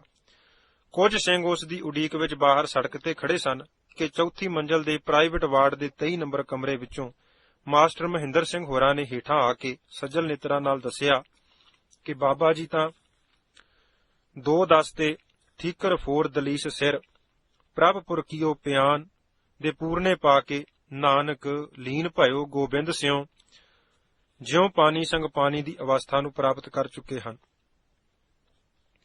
ਇਹ ਬੋਲ ਸੁਣ ਕੇ ਅਸੀਂ ਫਿਰ ਮਾਸਟਰ ਮਹਿੰਦਰ ਸਿੰਘ ਹੋਰਾਂ ਨੂੰ ਪੁੱਛਿਆ ਕਿ ਕੀ ਇਹ ਸੱਚ ਹੈ। ਤਦ ਉਹਨਾਂ ਬੈਰਾਗ ਵਿੱਚ ਆ ਕੇ ਕਿਹਾ ਕਿ ਮੈਂ ਉੱਥੋਂ ਕੇਵਲ ਤੁਹਾਨੂੰ ਦੱਸਣ ਹੀ ਆਇਆ ਹਾਂ ਕਿ ਬਾਬਾ ਜੀ ਦੀ ਆਤਮਾ ਸਰੀਰ ਰੂਪੀ ਚੋਲੇ ਨੂੰ ਛੱਡ ਕੇ ਸਤਿਗੁਰ ਜੀ ਪਾਸ ਪੁੱਜ ਗਈ ਹੈ। ਬਸ ਫਿਰ ਕੀ ਸੀ, ਮਨ ਕੀ ਮਨ ਹੀ ਮਾਹੇ ਰਹੀ। ਵਿਛੋੜੇ ਦੀ ਇਹ ਖਬਰ ਸੁਣ ਕੇ ਲੱਤਾਂ ਸਰੀਰ ਦਾ ਭਾਰ ਚੁੱਕਣ ਤੋਂ ਜਵਾਬ ਦੇਣ ਲੱਗੀਆਂ। ਦਿਲ ਵਿੱਚ ਵਿਛੋੜੇ ਦਾ ਸੱਲ ਅਤ ਦੁੱਖ ਦੇ ਰਿਹਾ ਸੀ, ਕਿਉਂਕਿ ਦੁਨੀਆ ਵਿੱਚ ਸਰੀਰ ਕਰਕੇ ਸਭ ਤੋਂ ਪਿਆਰੇ ਸੱਜਣ ਦਾ ਵਿਛੋੜਾ ਸਹਿਣ ਕਰਨ ਦਾ ਇਹ ਪਹਿਲਾ ਦਿਨ ਸੀ। ਸਾਰੀਆਂ ਆਸਾਂ ਉਮੀਦਾਂ ਉੱਪਰ ਪਾਣੀ ਫਿਰ ਗਿਆ। ਕੁਝ ਪਲ ਲਈ ਬੁੱਧੀ ਕੁਝ ਵੀ ਸੋਚਣ ਤੋਂ ਅਸਮਰੱਥ ਸੀ। ਅੱਖਾਂ ਸਾਹਮਣੇ ਹਰ ਪਾਸੇ ਹਨੇਰਾ ਹੀ ਹਨੇਰਾ ਦਿਸ ਰਿਹਾ ਸੀ। ਥੋੜੇ ਪਲਾਂ ਬਾਅਦ ਸਤਿਗੁਰੂ ਜੀ ਨੇ ਕੁਝ ਬਲ ਬਖਸ਼ਿਸ਼ ਕੀਤਾ। ਅਸੀਂ ਸਾਰੇ ਉੱਪਰ ਗਏ। ਪ੍ਰਿੰਸੀਪਲ ਤਰਸੇਮ ਸਿੰਘ ਜੀ ਸੱਜਲ ਨੇਤਰਾਂ ਨਾਲ ਬਾਬਾ ਜੀ ਦੇ ਸਰੀਰ ਕੋਲ ਖੜੇ ਸਨ। ਅਸੀਂ ਵੀ ਸਾਰਿਆਂ ਨੇ ਭਰੇ ਦਿਲ ਨਾਲ ਬਾਬਾ ਜੀ ਦੇ ਚਰਨਾਂ ਵੱਲ ਖਲੋ ਕੇ ਉਹਨਾਂ ਦੇ ਹੋਰ ਰੂਪ ਵਿੱਚ ਦਰਸ਼ਨ ਕੀਤੇ ਅਤੇ ਥਿੜਕਦੇ ਬੁੱਲਾਂ ਨਾਲ ਫਤਿਹ ਬੁਲਾਈ, ਪਰ ਅੱਗੋਂ ਅੱਜ ਕੋਈ ਉੱਤਰ ਨਾ ਆਇਆ। ਇੰਜ ਜਾਣ ਲਵੋ ਕਿ ਮਨ ਸਤਿਗੁਰੂ ਜੀ ਪਾਸੋਂ ਪੁੱਛ ਰਿਹਾ ਸੀ ਕਿ ਬਾਬਾ ਬੋਲਤੇ ਤੇ ਕਹਾਂ ਗਏ, ਦੇਹੀ ਕੇ ਸੰਗ੍ਰਹ ਤੇ ਸੁਰਤ ਮਾਹੇ ਜੋ ਨਿਰਤੇ ਕਰਤੇ ਕਥਾ ਵਾਰਤਾ ਕਹਤੇ। ਥੋੜਾ ਚਿਰ ਸਰੀਰ ਦੇ ਦਰਸ਼ਨ ਕਰਨ ਉਪਰੰਤ ਮਨ ਨੇ ਨਿਸ਼ਚਾ ਕਰ ਲਿਆ ਕਿ ਸੱਜਣ ਮੇਰੇ ਰੰਗਲੇ ਜਾਏ ਸੁੱਤੇ ਜੀਰਾਨ। ਬਸ ਹੁਣ ਤਾਂ ਹਮ ਵੀ ਵੰਜਾਂ ਡੂਮਣੀ ਰੋਵਾਂ ਝੀਣੀ ਬਾਣ। ਇੱਕ ਦੂਸਰੇ ਨੂੰ ਇੱਕ ਦੂਜੇ ਨੂੰ ਧਰਵਾਸ ਦਿੱਤਾ ਅਤੇ ਕਿਹਾ ਕਿ ਸਾਡੇ ਪਾਸੋਂ ਸਤਿਗੁਰੂ ਜੀ ਨੇ ਜਿੰਨੀ ਸੇਵਾ ਲੈਣੀ ਸੀ ਲੈ ਲਈ ਹੈ। ਆਪਾਂ ਆਪਣੇ ਵਿੱਤ ਅਨੁਸਾਰ ਸਾਰਾ ਯਤਨ ਵੀ ਕਰਕੇ ਵੇਖਿਆ ਹੈ, ਪਰ ਇਹ ਤਾਂ ਬਸਤ ਗੋਪਾਲ ਕੀ ਜਬ ਭਾਵੇ ਲੈ ਖਸ ਅਨੁਸਾਰ ਸਾਡਾ ਹੁਣ ਇੱਥੇ ਕੋਈ ਜ਼ੋਰ ਨਹੀਂ, ਨਾ ਹੀ ਪਿੱਛੇ ਕਿਸੇ ਦਾ ਚੱਲਿਆ ਹੈ। ਹੁਣ ਤਾਂ ਹੌਸਲੇ ਸਹਿਤ ਅਗਲਾ ਪ੍ਰਬੰਧ ਕਰਨਾ ਪੈਣਾ ਹੈ। ਦਾਸ ਦੇ ਜਿੰਮੇ ਸ੍ਰੀ ਅੰਮ੍ਰਿਤਸਰ ਸਾਹਿਬ ਸੰਤਾਂ ਨੂੰ ਤੇ ਹੋਰ ਦੇਸ਼ ਵਿਦੇਸ਼ ਵਿੱਚ ਵਸਦੇ ਪ੍ਰੇਮੀਆਂ ਨੂੰ ਬਾਬਾ ਜੀ ਦੇ ਸਰੀਰ ਸ਼ਾਂਤ ਹੋਣ ਦੀ ਸੂਚਨਾ ਟੈਲੀਫੋਨ ਰਾਹੀਂ ਦੇਣ ਦੀ ਸੇਵਾ ਲੱਗੀ। ਭਾਈ ਸਵਰਨ ਸਿੰਘ ਹੋਰਾਂ ਨੂੰ ਨਾਲ ਲੈ ਕੇ ਸਾਹਰ ਭਗਤ ਸਿੰਘ DSP ਜੋ ਦਿੱਲੀ ਰਹਿੰਦੇ ਸਨ ਤੇ ਬਾਬਾ ਜੀ ਦੇ ਬੜੇ ਪ੍ਰੇਮੀ ਹਨ ਪਾਸ ਪੁੱਜੇ। ਉਹਨਾਂ ਨੂੰ ਨਾਲ ਲੈ ਕੇ ਸ੍ਰੀ ਅੰਮ੍ਰਿਤਸਰ ਸਾਹਿਬ ਸੰਤਾਂ ਨੂੰ ਸੂਚਿਤ ਕੀਤਾ ਕਿ ਬਾਬਾ ਜੀ ਆਪਣੀ ਜੀਵਨ ਯਾਤਰਾ ਪੂਰੀ ਕਰਕੇ ਆਪਣਾ ਸਰੀਰ ਰੂਪੀ ਚੋਲਾ ਤਿਆਗ ਕੇ ਸਰੀਰ ਰੂਪੀ ਚੋਲੇ ਨੂੰ ਪੰਥ ਦੇ ਲੇਖੇ ਲਾ ਕੇ ਸਤਿਗੁਰੂ ਜੀ ਪਾਸ ਜਾ ਬਰਾਜੇ ਹਨ ਅਤੇ ਅਗਲਾ ਪ੍ਰੋਗਰਾਮ ਵੀ ਦੱਸਿਆ ਕਿ ਅਸੀਂ ਰਾਤੋਂ ਰਾਤ ਹੀ ਬਾਬਾ ਜੀ ਦਾ ਸਰੀਰਕ ਚੋਲਾ ਲੈ ਕੇ ਗੁਰਦੁਆਰਾ ਸਾਹਿਬ ਪੁੱਜ ਜਾਵਾਂਗੇ, ਸੋ ਤੁਸੀਂ ਸੰਗਤਾਂ ਨੂੰ ਸੂਚਿਤ ਕਰ ਦੇਵੋ। ਇਹ ਸ਼ੋਕਮਈ ਖਬਰ ਪੁੱਜਦੇ ਹੀ ਸ੍ਰੀ ਦਰਬਾਰ ਸਾਹਿਬ ਅਤੇ ਸ਼੍ਰੋਮਣੀ ਕਮੇਟੀ ਦੇ ਸਾਰੇ ਦਫ਼ਤਰ 2 ਦਿਨਾਂ ਲਈ ਬੰਦ ਕਰਨ ਦਾ ਐਲਾਨ ਕਰ ਦਿੱਤਾ ਗਿਆ। ਸੰਤ ਜਰਨੈਲ ਸਿੰਘ ਜੀ ਹੋਰਾਂ ਬਾਰੇ ਸਿੰਘਾਂ ਨੇ ਬਾਅਦ ਵਿੱਚ ਦੱਸਿਆ ਕਿ ਜਦੋਂ ਬਾਬਾ ਜੀ ਦੇ ਸਰੀਰ ਸ਼ਾਂਤ ਹੋਣ ਦੀ ਖਬਰ ਉਹਨਾਂ ਦੇ ਕੰਨੀ ਪਈ, ਤਦ ਉਸੇ ਵੇਲੇ ਉਹ ਗੁਰੂ ਨਾਨਕ ਨਿਵਾਸ ਦੀ ਉੱਪਰਲੀ ਛੱਤ ਤੋਂ ਸੰਗਤ ਵਿੱਚੋਂ ਉੱਠ ਕੇ ਆਪਣੇ ਕਮਰੇ ਵਿੱਚ ਆ ਗਏ ਤੇ ਸਿੰਘਾਂ ਦੀ ਡਿਊਟੀ ਲਾ ਦਿੱਤੀ ਕਿ ਤੁਸੀਂ ਸਾਡੇ ਵੱਲੋਂ ਦੁਸ਼ਾਲਾ ਅਤੇ ਹੋਰ ਸੰਗਤ ਸਮੇਤ ਗੁਰਦੁਆਰਾ ਰਾਮਪੁਰ ਖੇੜਾ ਸਾਹਿਬ ਪੁੱਜ ਜਾਵੋ, ਅਤੇ ਆਪ ਚਾਦਰਾ ਉੱਪਰ ਲੈ ਕੇ ਅੰਦਰੋਂ ਕੁੰਡਾ ਮਾਰ ਲੰਮੇ ਪੈ ਗਏ ਤੇ ਬਾਬਾ ਜੀ ਦਾ ਸੰਸਕਾਰ ਹੋਣ ਤੱਕ ਬਿਨਾਂ ਕੁਝ ਖਾਧੇ ਪੀਤੇ ਅੰਦਰ ਹੀ ਪਏ ਰਹੇ। ਜਿੱਥੇ ਜਿੱਥੇ ਵੀ ਟੈਲੀਫੋਨ ਰਾਹੀਂ ਪਤਾ ਦੇ ਸਕਦੇ ਸਾਂ, ਸੋ ਸੰਗਤਾਂ ਨੂੰ ਸੂਚਿਤ ਕਰਨ ਉਪਰੰਤ ਅਸੀਂ ਬਾਬਾ ਹਰਬੰਸ ਸਿੰਘ ਜੀ ਪਾਸ ਆਏ। ਉਹਨਾਂ ਨੂੰ ਵੀ ਬਾਬਾ ਜੀ ਦੇ ਪ੍ਰਭਪੁਰ ਕੀਓ ਪਿਆਨ ਦੀ ਖਬਰ ਸੁਣਾਈ। ਇਹ ਸ਼ੋਕਮਈ ਖਬਰ ਸੁਣ ਕੇ ਉਹਨਾਂ ਵੀ ਬਹੁਤ ਜ਼ਿਆਦਾ ਦੁੱਖ ਮਹਿਸੂਸ ਕੀਤਾ ਅਤੇ ਸੇਵਾਦਾਰ ਨੂੰ ਭੇਜ ਕੇ ਸ੍ਰੀ ਗੁਰੂ ਹਰਕ੍ਰਿਸ਼ਨ ਸਾਹਿਬ ਜੀ ਦੇ ਦਰਬਾਰ ਬੰਗਲਾ ਸਾਹਿਬ ਤੋਂ ਇੱਕ ਫੁੱਲਾਂ ਦਾ ਹਾਰ ਸਿਹਰੇ ਰੂਪ ਵਿੱਚ ਮੰਗਾਇਆ।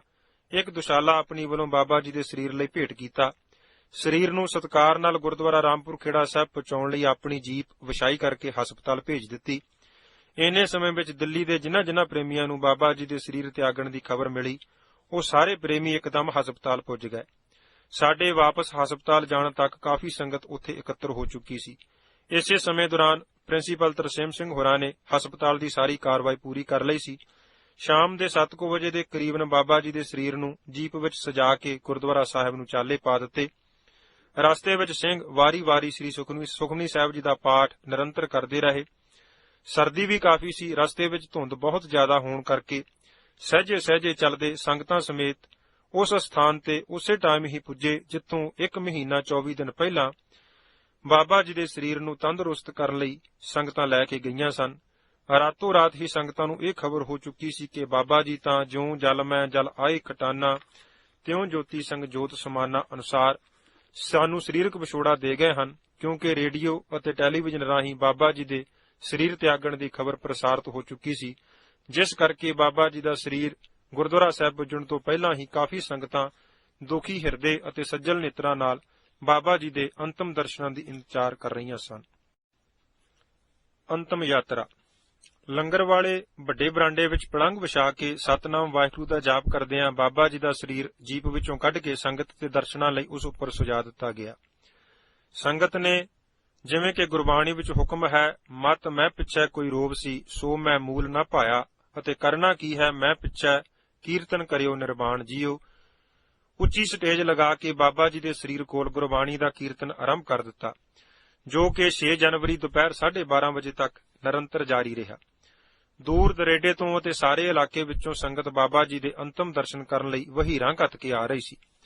ਥੋੜੇ ਸਮੇਂ ਵਿੱਚ ਹੀ ਇੰਨੀ ਸੰਗਤ ਹੋ ਗਈ ਕਿ ਪ੍ਰਬੰਧਕਾਂ ਲਈ ਸੰਗਤ ਨੂੰ ਸਾਂਭਣਾ ਔਖਾ ਹੋ ਗਿਆ। ਸਾਰੀ ਸੰਗਤ ਬਾਬਾ ਜੀ ਦੇ ਦਰਸ਼ਨ ਕਰ ਸਕੇ ਇਸ ਮੰਤਵ ਲਈ ਬਾਂਸ ਆਦਿਕ ਬੰਨ੍ਹ ਕੇ ਰਸਤਾ ਬਣਾਉਣਾ ਪਿਆ। ਇੱਕ ਪਾਸੇ ਤੋਂ ਦਰਸ਼ਨਾਂ ਲਈ ਸੰਗਤ ਆਉਂਦੀ, ਫਿਰ ਦੂਜੇ ਪਾਸੇ ਦੀ ਅਗਾਂਹ ਲੰਘ ਜਾਂਦੀ। ਸਾਰਾ ਦਿਨ ਇਸੇ ਪ੍ਰਕਾਰ ਸੰਗਤਾਂ ਦਾ ਤਾਂਤਾ ਵੱਜਾ ਰਿਹਾ। ਸੰਗਤਾਂ ਪਿਆਰ ਦੇ ਹੰਝੂ ਵਹਾਉਂਦੀਆਂ ਇੱਕ ਦੂਸਰੇ ਨਾਲ ਬਾਬਾ ਜੀ ਦੇ ਪਰਉਪਕਾਰਾਂ ਨੂੰ ਸਾਂਝਾ ਕਰਦੀਆਂ ਦਰਸ਼ਨ ਦੀਦਾਰੇ ਕਰ ਰਹੀਆਂ ਸਨ। ਇੱਕ ਆਪਣੀ ਹੱਡਬੀਤੀ ਦਾ ਬਿਰਤਾਂਤ ਦੱਸਦਾ, ਦੂਸਰਾ ਆਪਣੇ ਨਾਲ ਬੀਤੀ ਪੁਰਾਣੀ ਯਾਦ ਨੂੰ ਦੁਹਰਾਉਂਦਾ। ਬਸ ਇੱਥੇ ਤਾਂ ਇਹੋ ਹੀ ਗੁਰੂ ਕੀ ਪੰਕਤੀ ਦੁਹਰਾਉਣੀ ਢੁਕਦੀ ਹੈ, ਜੋ ਹਰ ਕਾ ਪਿਆਰਾ ਸੋ ਸਭਨਾ ਕਾ ਪਿਆਰਾ, ਹੋਰ ਕੀਤੀ ਝੱਕ ਝੱਕ ਆਵੈ ਜਾਵੈ। ਆ ਮੁਹਾਰੇ ਹੀ ਮੂੰਹੋਂ ਨਿਕਲਦਾ ਸੀ ਕਿ ਤਿੰਨ ਧਨ ਜਣੇਂਦੀ ਮਾਓ ਆਏ ਸਫਲ ਸੇ। ਸਾਰਾ ਦਿਨ ਹੀ ਬੇਅੰਤ ਸੰਗਤ ਮਹਾਂਪੁਰਖਾਂ ਦੇ ਦਰਸ਼ਨ ਕਰਨ ਲਈ ਪੁੱਜਦੀ ਰਹੀ। ਰਾਤ ਵੀ ਸੰਗਤ ਦੀ ਆਮਦ ਜਾਰੀ ਰਹੀ। 6 ਜਨਵਰੀ ਨੂੰ ਸੂਰਜ ਉਦੈ ਹੋਣ ਦੇ ਨਾਲ ਤਾਂ ਇਤਨੀ ਸੰਗਤ ਇਕੱਤਰ ਹੋ ਗਈ ਕਿ ਗੁਰਦੁਆਰਾ ਸਾਹਿਬ ਦੀ ਹਦੂਦ ਅੰਦਰ ਤੁਰਨਾ ਫਿਰਨਾ ਤਾਂ ਇੱਕ ਪਾਸੇ ਰਿਹਾ, ਖੜੋਣਾ ਵੀ ਮੁਸ਼ਕਲ ਹੋ ਗਿਆ। ਤਖਤ ਸ੍ਰੀ ਅਕਾਲ ਤਖਤ ਸਾਹਿਬ ਜੀ, ਤਖਤ ਸ੍ਰੀ ਕੇਸਗੜ੍ਹ ਸਾਹਿਬ ਦੇ ਜਥੇਦਾਰ ਸਾਹਿਬਾਨ, ਬਾਕੀ ਤਖਤਾਂ ਦੇ ਸਿੰਘ ਸਾਹਿਬਾਨ, ਸ਼੍ਰੋਮਣੀ ਗੁਰਦੁਆਰਾ ਪ੍ਰਬੰਧਕ ਕਮੇਟੀ ਦੇ ਉਸ ਵਕਤ ਦੇ ਪ੍ਰਧਾਨ ਸਾਹਿਬ ਗੁਰਚਰਨ ਸਿੰਘ ਜੀ ਟੌੜਾ ਵੀ ਪੁੱਜ ਗਏ। ਸੰਤ ਹਰਚੰਦ ਸਿੰਘ ਜੀ ਲੌਂਗੋਵਾਲ, ਪ੍ਰਧਾਨ ਸ਼੍ਰੋਮਣੀ ਅਕਾਲੀ ਦਲ, ਅਤੇ ਸੰਤ ਬਾਬਾ ਜਰਨੈਲ ਸਿੰਘ ਜੀ ਖਾਲਸਾ ਭਿੰਡਰਾਂ ਵਾਲੇ, ਜੋ ਕਿ ਸਮੇਂ ਦੇ ਹਾਲਾਤ ਸੁਖਾਵੇਂ ਨਾ ਹੋਣ ਕਾਰਨ ਬਾਬਾ ਜੀ ਦੀ ਅੰਤਮ ਯਾਤਰਾ ਵਿੱਚ ਚਾਹੁੰਦਿਆਂ ਹੋਇਆਂ ਵੀ ਨਹੀਂ ਪੁੱਜ ਸਕੇ, ਉਹਨਾਂ ਨੇ ਉਚੇਚੇ ਤੌਰ ਤੇ ਉਜਾਗਰ ਸਿੰਘ ਸੇਖਵਾਂ ਤੇ ਬਾਬਾ ਠਾਕਰ ਸਿੰਘ ਹੋਰਾਂ ਨੂੰ ਦੁਸ਼ਾਲੇ ਦੇ ਕੇ ਭੇਜਿਆ। ਸਿੱਖ ਸੰਪਰਦਾਵਾਂ ਦੇ ਮੁਖੀ ਹੋਰ ਸਾਧੂ ਮਹਾਤਮਾ ਵੀ ਦਿਨ ਚੜ੍ਹਦੇ ਤੱਕ ਗੁਰਦੁਆਰਾ ਸਾਹਿਬ ਪੁੱਜ ਗਏ। ਨਿਹੰਗ ਸਿੰਘ ਸੰਪਰਦਾਵਾਂ ਵੱਲੋਂ ਬਾਬਾ ਨਿਹਾਲ ਸਿੰਘ ਜੀ ਹਰੀਆਂ ਵੇਲਾਂ ਵਾਲੇ ਤਾਂ ਰਾਤ ਹੀ ਪੁੱਜ ਗਏ ਸਨ। 11 ਵਜੇ ਬਾਬਾ ਜੀ ਦਾ ਅੰਤਮ ਸੰਸਕਾਰ ਕਰਨ ਦਾ ਪ੍ਰੋਗਰਾਮ ਬਣਾਇਆ ਗਿਆ, ਪਰ ਅਜੇ ਬੇਅੰਤ ਸੰਗਤ ਐਸੀ ਸੀ ਜੋ ਕਿ ਬਾਬਾ ਜੀ ਦੇ ਦਰਸ਼ਨ ਨਹੀਂ ਸੀ ਕਰ ਸਕੀ, ਜਿਸ ਕਾਰਨ ਸੰਸਕਾਰ ਦਾ ਸਮਾਂ 2 ਘੰਟੇ ਲੇਟ ਕਰਨਾ ਪਿਆ। ਇਸ਼ਨਾਨ ਆਦਿਕ ਕਰਵਾ ਕੇ 12:30 ਵਜੇ ਸਰਬ ਸੰਗਤ ਨੇ ਬਾਬਾ ਜੀ ਦਾ ਬਿਵਾਨ ਸਤਨਾਮ ਵਾਹਿਗੁਰੂ ਦੀ ਧੁਨੀ ਉਚਾਰਦੇ ਹੋਏ ਉਠਾਇਆ ਅਤੇ ਗੁਰਦੁਆਰਾ ਸਾਹਿਬ ਦੇ ਮੁੱਖ ਹਾਲ ਦੇ ਸਾਹਮਣੇ ਪੱਕੇ ਫਰਸ਼ ਉੱਪਰ ਗਿੱਲੀ ਮਿੱਟੀ ਪਾ ਕੇ ਜੋ 1.5 ਫੁੱਟ ਉੱਚਾ ਕੱਚਾ ਥੜਾ ਬਣਾ ਕੇ ਅੰਗੀਠਾ ਤਿਆਰ ਕੀਤਾ ਸੀ, ਸਹਿਜੇ ਸਹਿਜੇ ਲਿਜਾ ਕੇ ਉਸ ਉੱਪਰ ਟਿਕਾ ਦਿੱਤਾ। ਜਪਜੀ ਸਾਹਿਬ ਦਾ ਪਾਠ ਆਰੰਭ ਹੋ ਗਿਆ। ਜਿੱਧਰ ਵੀ ਨਿਗਾਹ ਮਾਰੋ ਸੰਗਤ ਹੀ ਸੰਗਤ ਸੀ। ਬੇਅੰਤ ਸੰਗਤ ਬਾਬਾ ਜੀ ਦੇ ਸਰੀਰ ਦੇ ਦਰਸ਼ਨ ਕਰਕੇ ਗੁਰਦੁਆਰਾ ਸਾਹਿਬ ਦੇ ਬਰਾਂਡਿਆਂ, ਹਾਲ ਤੇ ਹੋਰ ਕਮਰਿਆਂ ਦੀਆਂ ਛੱਤਾਂ ਜਾਂ ਜਿੱਥੇ ਵੀ ਕਿਸੇ ਨੂੰ ਪੈਰ ਟਿਕਾਉਣ ਲਈ ਜਗ੍ਹਾ ਮਿਲੀ ਉੱਤੇ ਚੜ੍ਹ ਕੇ ਇਸ ਸਮੇਂ ਦੀ ਉਡੀਕ ਵਿੱਚ ਸੀ ਕਿ ਅਸੀਂ ਆਪਣੀਆਂ ਅੱਖਾਂ ਨਾਲ ਉਸ ਪਾਵਨ ਸਰੀਰ ਦੇ ਅੰਤਮ ਸੰਸਕਾਰ ਦੀ ਝਲਕ ਵੀ ਵੇਖ ਲਈਏ, ਜਿਸ ਪਾਵਨ ਸਰੀਰ ਰਾਹੀਂ ਉਹ ਮਹਾਨ ਆਤਮਾ, ਉਹ ਮਹਾਨ ਰੂਹ ਇਸ ਸੰਸਾਰ ਵਿੱਚ ਵਿਚਰ ਕੇ ਗੁਰਮੁਖ ਗਾਡੀ ਰਾਹ ਦਾ ਮਾਰਗ ਦਰਸ਼ਨ ਕਰਦੀ ਰਹੀ ਅਤੇ ਆਪ ਜਪੈ ਅਵਰੈ ਨਾਮ ਜਪਾਵੈ ਦੀ ਗੁਰਮੁਖੀ ਕਾਰ ਕਰਿਆ ਕਰਦੀ ਸੀ। ਸਭ ਪਾਸੇ ਬੜੇ ਵੈਰਾਗ ਵਿੱਚ ਸਤਨਾਮ ਵਾਹਿਗੁਰੂ ਦੀ ਧੁਨੀ ਅਲਾਪੀ ਜਾ ਰਹੀ ਸੀ। ਸ੍ਰੀ ਜਪਜੀ ਸਾਹਿਬ ਦਾ ਪਾਠ ਸੰਪੂਰਨ ਹੋਇਆ। ਉਧਰ ਸੰਗਤ ਵੱਲੋਂ ਚਿਖਾ ਉੱਪਰ ਬੇਅੰਤ ਦੇਸੀ ਘਿਓ, ਚੰਦਨ ਦੀ ਲੱਕੜ ਅਤੇ ਹੋਰ ਸੁਗੰਧਿਤ ਸਮੱਗਰੀ ਸਥਾਪਿਤ ਕਰਕੇ ਪੂਰੀ ਤਿਆਰੀ ਕਰ ਲਈ ਗਈ। ਸਿੰਘ ਸਾਹਿਬ ਗਿਆਨੀ ਕਿਰਪਾਲ ਸਿੰਘ ਜੀ ਜਥੇਦਾਰ ਸ੍ਰੀ ਅਕਾਲ ਤਖਤ ਸਾਹਿਬ ਨੇ ਅੰਤਮ ਅਰਦਾਸਾ ਸੋਧਿਆ। ਉਪਰੰਤ ਬਾਬਾ ਜੀ ਦੇ ਛੋਟੇ ਭਾਈ ਸਾਹਿਬ ਬਾਬਾ ਠਾਕਰ ਸਿੰਘ ਹੋਰਾਂ ਨੇ ਪੂਰੇ 1 ਵਜੇ ਚਿਤਾ ਨੂੰ ਅਗਨੀ ਵਿਖਾਈ ਅਤੇ ਦੇਖਦਿਆਂ ਦੇਖਦਿਆਂ ਹੀ ਪਵਨੇ ਮਹਿ ਪਵਨ ਸਮਾਇਆ, ਜੋਤੀ ਮੈਂ ਜੋਤ ਰਲ ਜਾਇਆ, ਮਾਟੀ ਮਾਟੀ ਹੋਈ ਏਕ ਵਾਲੀ ਦਸ਼ਾ ਵਰਤ ਗਈ। ਹਰ ਪ੍ਰਾਣੀ ਦੀ ਰਸਨਾ ਤੇ ਇਹੋ ਸ਼ਬਦ ਸਨ ਕਿ ਗੁਰਮੁਖ ਜਨਮ ਸਵਾਰ, ਦਰਗਹਿ ਚੱਲਿਆ, ਸੱਚੀ ਦਰਗਹਿ ਜਾਏ, ਸੱਚਾ ਪਿੜ ਮੱਲਿਆ। ਮਹਾਂਪੁਰਖਾਂ ਦੀਆਂ ਪਰਉਪਕਾਰੀ ਪਿਆਰੀਆਂ ਯਾਦਾਂ ਨੂੰ ਹਿਰਦੇ ਵਿੱਚ ਯਾਦ ਕਰਦੀ ਸਰਬ ਸੰਗਤ ਸਤਿਗੁਰੂ ਸ੍ਰੀ ਗੁਰੂ ਗ੍ਰੰਥ ਸਾਹਿਬ ਜੀ ਦੇ ਚਰਨਾਂ ਵਿੱਚ ਪੁੱਜੀ। ਅਲਾਣੀਆਂ ਦਾ ਪਾਠ ਕਰਕੇ ਅਰਦਾਸਾ ਸੋਧਿਆ ਗਿਆ। ਉਪਰੰਤ ਹੁਕਮਨਾਮਾ ਲੈ ਕੇ ਦੇਗ ਵਰਤਾਈ ਗਈ। ਲੋੜ ਅਨੁਸਾਰ ਸੰਗਤਾਂ ਨੇ ਲੰਗਰ ਛਕਿਆ। ਦੂਰ ਦੁਰੇਡੇ ਜਾਣ ਵਾਲੀਆਂ ਸੰਗਤਾਂ ਵਾਹਿਗੁਰੂ ਵਾਹਿਗੁਰੂ ਜਪਦੀਆਂ ਭਰੇ ਦਿਲਾਂ ਨਾਲ ਵਿਦਾ ਹੋਈਆਂ। ਨਜ਼ਦੀਕੀ ਸੰਗਤ ਨੇ ਬਾਬਾ ਜੀ ਦੇ ਅੰਗੀਠੇ ਪਾਸ ਹੀ ਸੋਦਰ ਦਾ ਦੀਵਾਨ ਸਜਾਇਆ ਅਤੇ ਰਾਤ ਵਾਰੀ-ਵਾਰੀ ਆਰਾਮ ਕੀਤਾ। ਇਸ ਰਾਤ ਬਹੁਤ ਸਾਰੇ ਪ੍ਰੇਮੀਆਂ ਨੂੰ ਬਾਬਾ ਜੀ ਨੇ ਸਾਖਸ਼ਾਤ ਦਰਸ਼ਨ ਦਿੱਤੇ ਅਤੇ ਢਾਰਸ ਦੇਣ ਵਾਲੇ ਕਈ ਪ੍ਰਕਾਰ ਦੇ ਬਚਨ ਵੀ ਕੀਤੇ। ਹੁਣ ਹਰ ਰੋਜ਼ ਬੇਅੰਤ ਸੰਗਤ ਪਿਆਰ ਵਸ ਹੋ ਕੇ ਗੁਰਦੁਆਰਾ ਸਾਹਿਬ ਆਉਂਦੀ। ਸਵੇਰੇ ਸ਼ਾਮ ਦੀਵਾਨ ਸਜਦਾ, ਕੀਰਤਨ ਉਪਰੰਤ ਸਵੇਰੇ ਸਹਿਸਕ੍ਰਿਤੀ ਸ਼ਲੋਕਾਂ ਦੀ ਅਤੇ ਸ਼ਾਮ ਨੂੰ ਜੈਤਸਰੀ ਦੀ ਵਾਰ ਦੇ ਸ਼ਲੋਕਾਂ ਦੀ ਕਥਾ। ਪੰਡਤ ਬਖਸ਼ੀਸ਼ ਸਿੰਘ ਜੀ ਦਮਦਮੀ ਟਕਸਾਲ ਵਾਲੇ, ਜਿਨ੍ਹਾਂ ਦੀ ਉਚੇਚੀ ਡਿਊਟੀ ਸੰਤ ਬਾਬਾ ਜਰਨੈਲ ਸਿੰਘ ਜੀ ਹੋਰਾਂ ਨੇ ਬਾਬਾ ਜੀ ਦੇ ਦੁਸਹਿਰੇ ਤੱਕ ਗੁਰਦੁਆਰਾ ਸਾਹਿਬ ਟਿਕਣ ਦੀ ਤੇ ਕਥਾ ਕਰਨ ਦੀ ਲਾਈ ਸੀ, ਬੜੇ ਪ੍ਰੇਮ ਨਾਲ ਕਰਦੇ। ਹੁਣ ਤਾਂ ਭਾਈ ਵੀਰ ਸਿੰਘ ਜੀ ਦੇ ਕਥਨ ਅਨੁਸਾਰ ਰੱਬੀ ਰਜ਼ਾ ਦੇ ਹੁਕਮ ਅਤੇ ਬਿਰਹੋਂ ਦੀ ਤੜਫ ਦੀ ਲਪੇਟ ਵਿੱਚ ਬਾਬਾ ਜੀ ਦੀ ਪਿਆਰ ਭਰੀ ਨਿੱਘੀ ਯਾਦ ਹਰ ਹਿਰਦੇ ਵਿੱਚ ਸਮੋਈ ਹੋਈ ਸੀ। ਨਾਮ ਸੱਜਣ ਦਾ ਜੀਵ ਚੜ ਗਿਆ, ਜਾਂ ਸੱਜਣ ਉੱਠ ਤੁਰਿਆ, ਮਲ ਲਏ 2 ਨੈਣ ਧਿਆਨ ਨੇ, ਸਬਕ ਰਜ਼ਾ ਦਾ ਫੁਰਿਆ, ਬਿਰਹੋਂ ਦੇ ਹੱਥ ਸੌਂਪ ਅਸਾਨੂੰ, ਜੇ ਸੱਜਣ ਤੂੰ ਰਾਜ਼ੀ, ਯਾਦ ਤੁਸਾਡੀ ਛੁੱਟੇ ਨਾ ਸਾਥੋਂ, ਪਿਆਰ ਰਹੇ ਲੂੰ ਪੁੜਿਆ। ਦੁਸਹਿਰਾ 8 ਜਨਵਰੀ 1983 ਨੂੰ ਸਵੇਰੇ 10 ਵਜੇ ਅਰਦਾਸਾ ਸੋਧ ਕੇ ਸੰਗਤ ਨੇ ਬਾਬਾ ਜੀ ਦਾ ਅੰਗੀਠਾ ਸੰਕੋਚਿਆ ਅਤੇ ਜਿਵੇਂ ਬਾਬਾ ਜੀ ਹਦਾਇਤ ਕਰ ਗਏ ਸਨ ਕਿ ਮੈਂ ਗੁਰਬਾਣੀ ਆਧਾਰ ਹੈ, ਗੁਰਬਾਣੀ ਲਾਗ ਰਹਾਉ ਅਨੁਸਾਰ ਸਾਡਾ ਜੀਵਨ ਆਧਾਰ ਗੁਰਬਾਣੀ ਹੈ। ਸੋ ਜਿਸ ਵੇਲੇ ਸਾਡਾ ਇਹ 5 ਭੂਤਕ ਸਰੀਰ ਗੁਰਬਾਣੀ ਉਚਾਰਨ ਅਤੇ ਸਰਵਣ ਕਰਨ ਤੋਂ ਅਸਮਰੱਥ ਹੋ ਜਾਵੇ, ਤਦ ਸਾਡੇ ਸਰੀਰ ਦੀ ਮਿੱਟੀ ਨੂੰ ਗੁਰਦੇਵ ਜੀ ਦੇ ਪ੍ਰਕਾਸ਼ ਅਸਥਾਨ ਹੇਠ ਡੂੰਘਾ ਟੂਆ ਪੱਟ ਕੇ ਸਥਾਪਨ ਕਰ ਦੇਣਾ, ਤਾਂ ਜੋ ਸਾਡੀ ਇਹ ਦੇਹ ਦੀ ਮਿੱਟੀ ਦਾ ਵੀ ਗੁਰਬਾਣੀ ਤੋਂ ਵਿਛੋੜਾ ਨਾ ਪਵੇ। ਇਹ ਸਰੀਰ ਦੀ ਮਿੱਟੀ ਦਾ ਵੀ ਗੁਰਬਾਣੀ ਸੁਣ ਕੇ ਸਦਾ ਵਾਸਤੇ ਸਫਲ ਹੋ ਜਾਵੇ।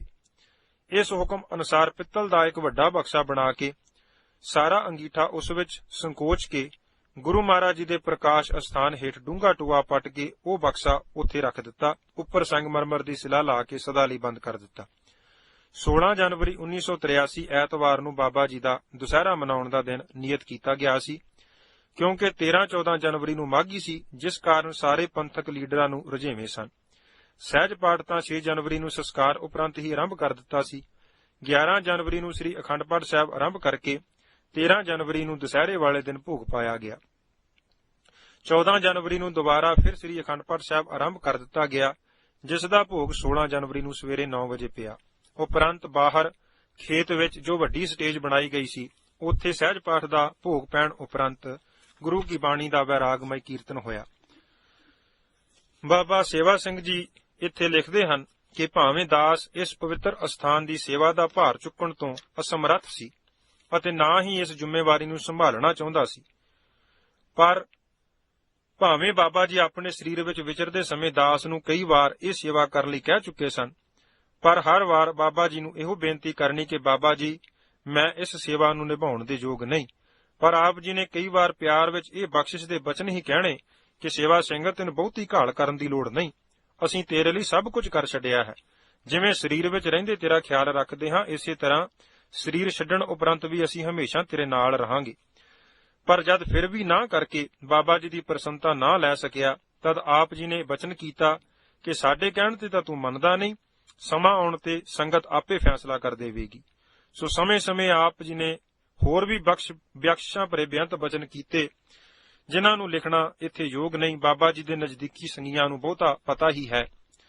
ਸੋ ਸਮੁੱਚੇ ਪੰਥ ਦੀਆਂ ਉੱਚ ਸ਼ਖਸੀਅਤਾਂ ਤੇ ਸਰਬ ਸੰਗਤ ਦੇ ਹੁਕਮ ਅਨੁਸਾਰ ਦਾਸ ਨੂੰ ਇਹ ਸੇਵਾ ਲੈਣ ਲਈ ਸਿਰ ਝੁਕਾਉਣਾ ਹੀ ਪਿਆ। ਦਸਤਾਰਬੰਦੀ ਦੀ ਰਸਮ ਹੋਈ।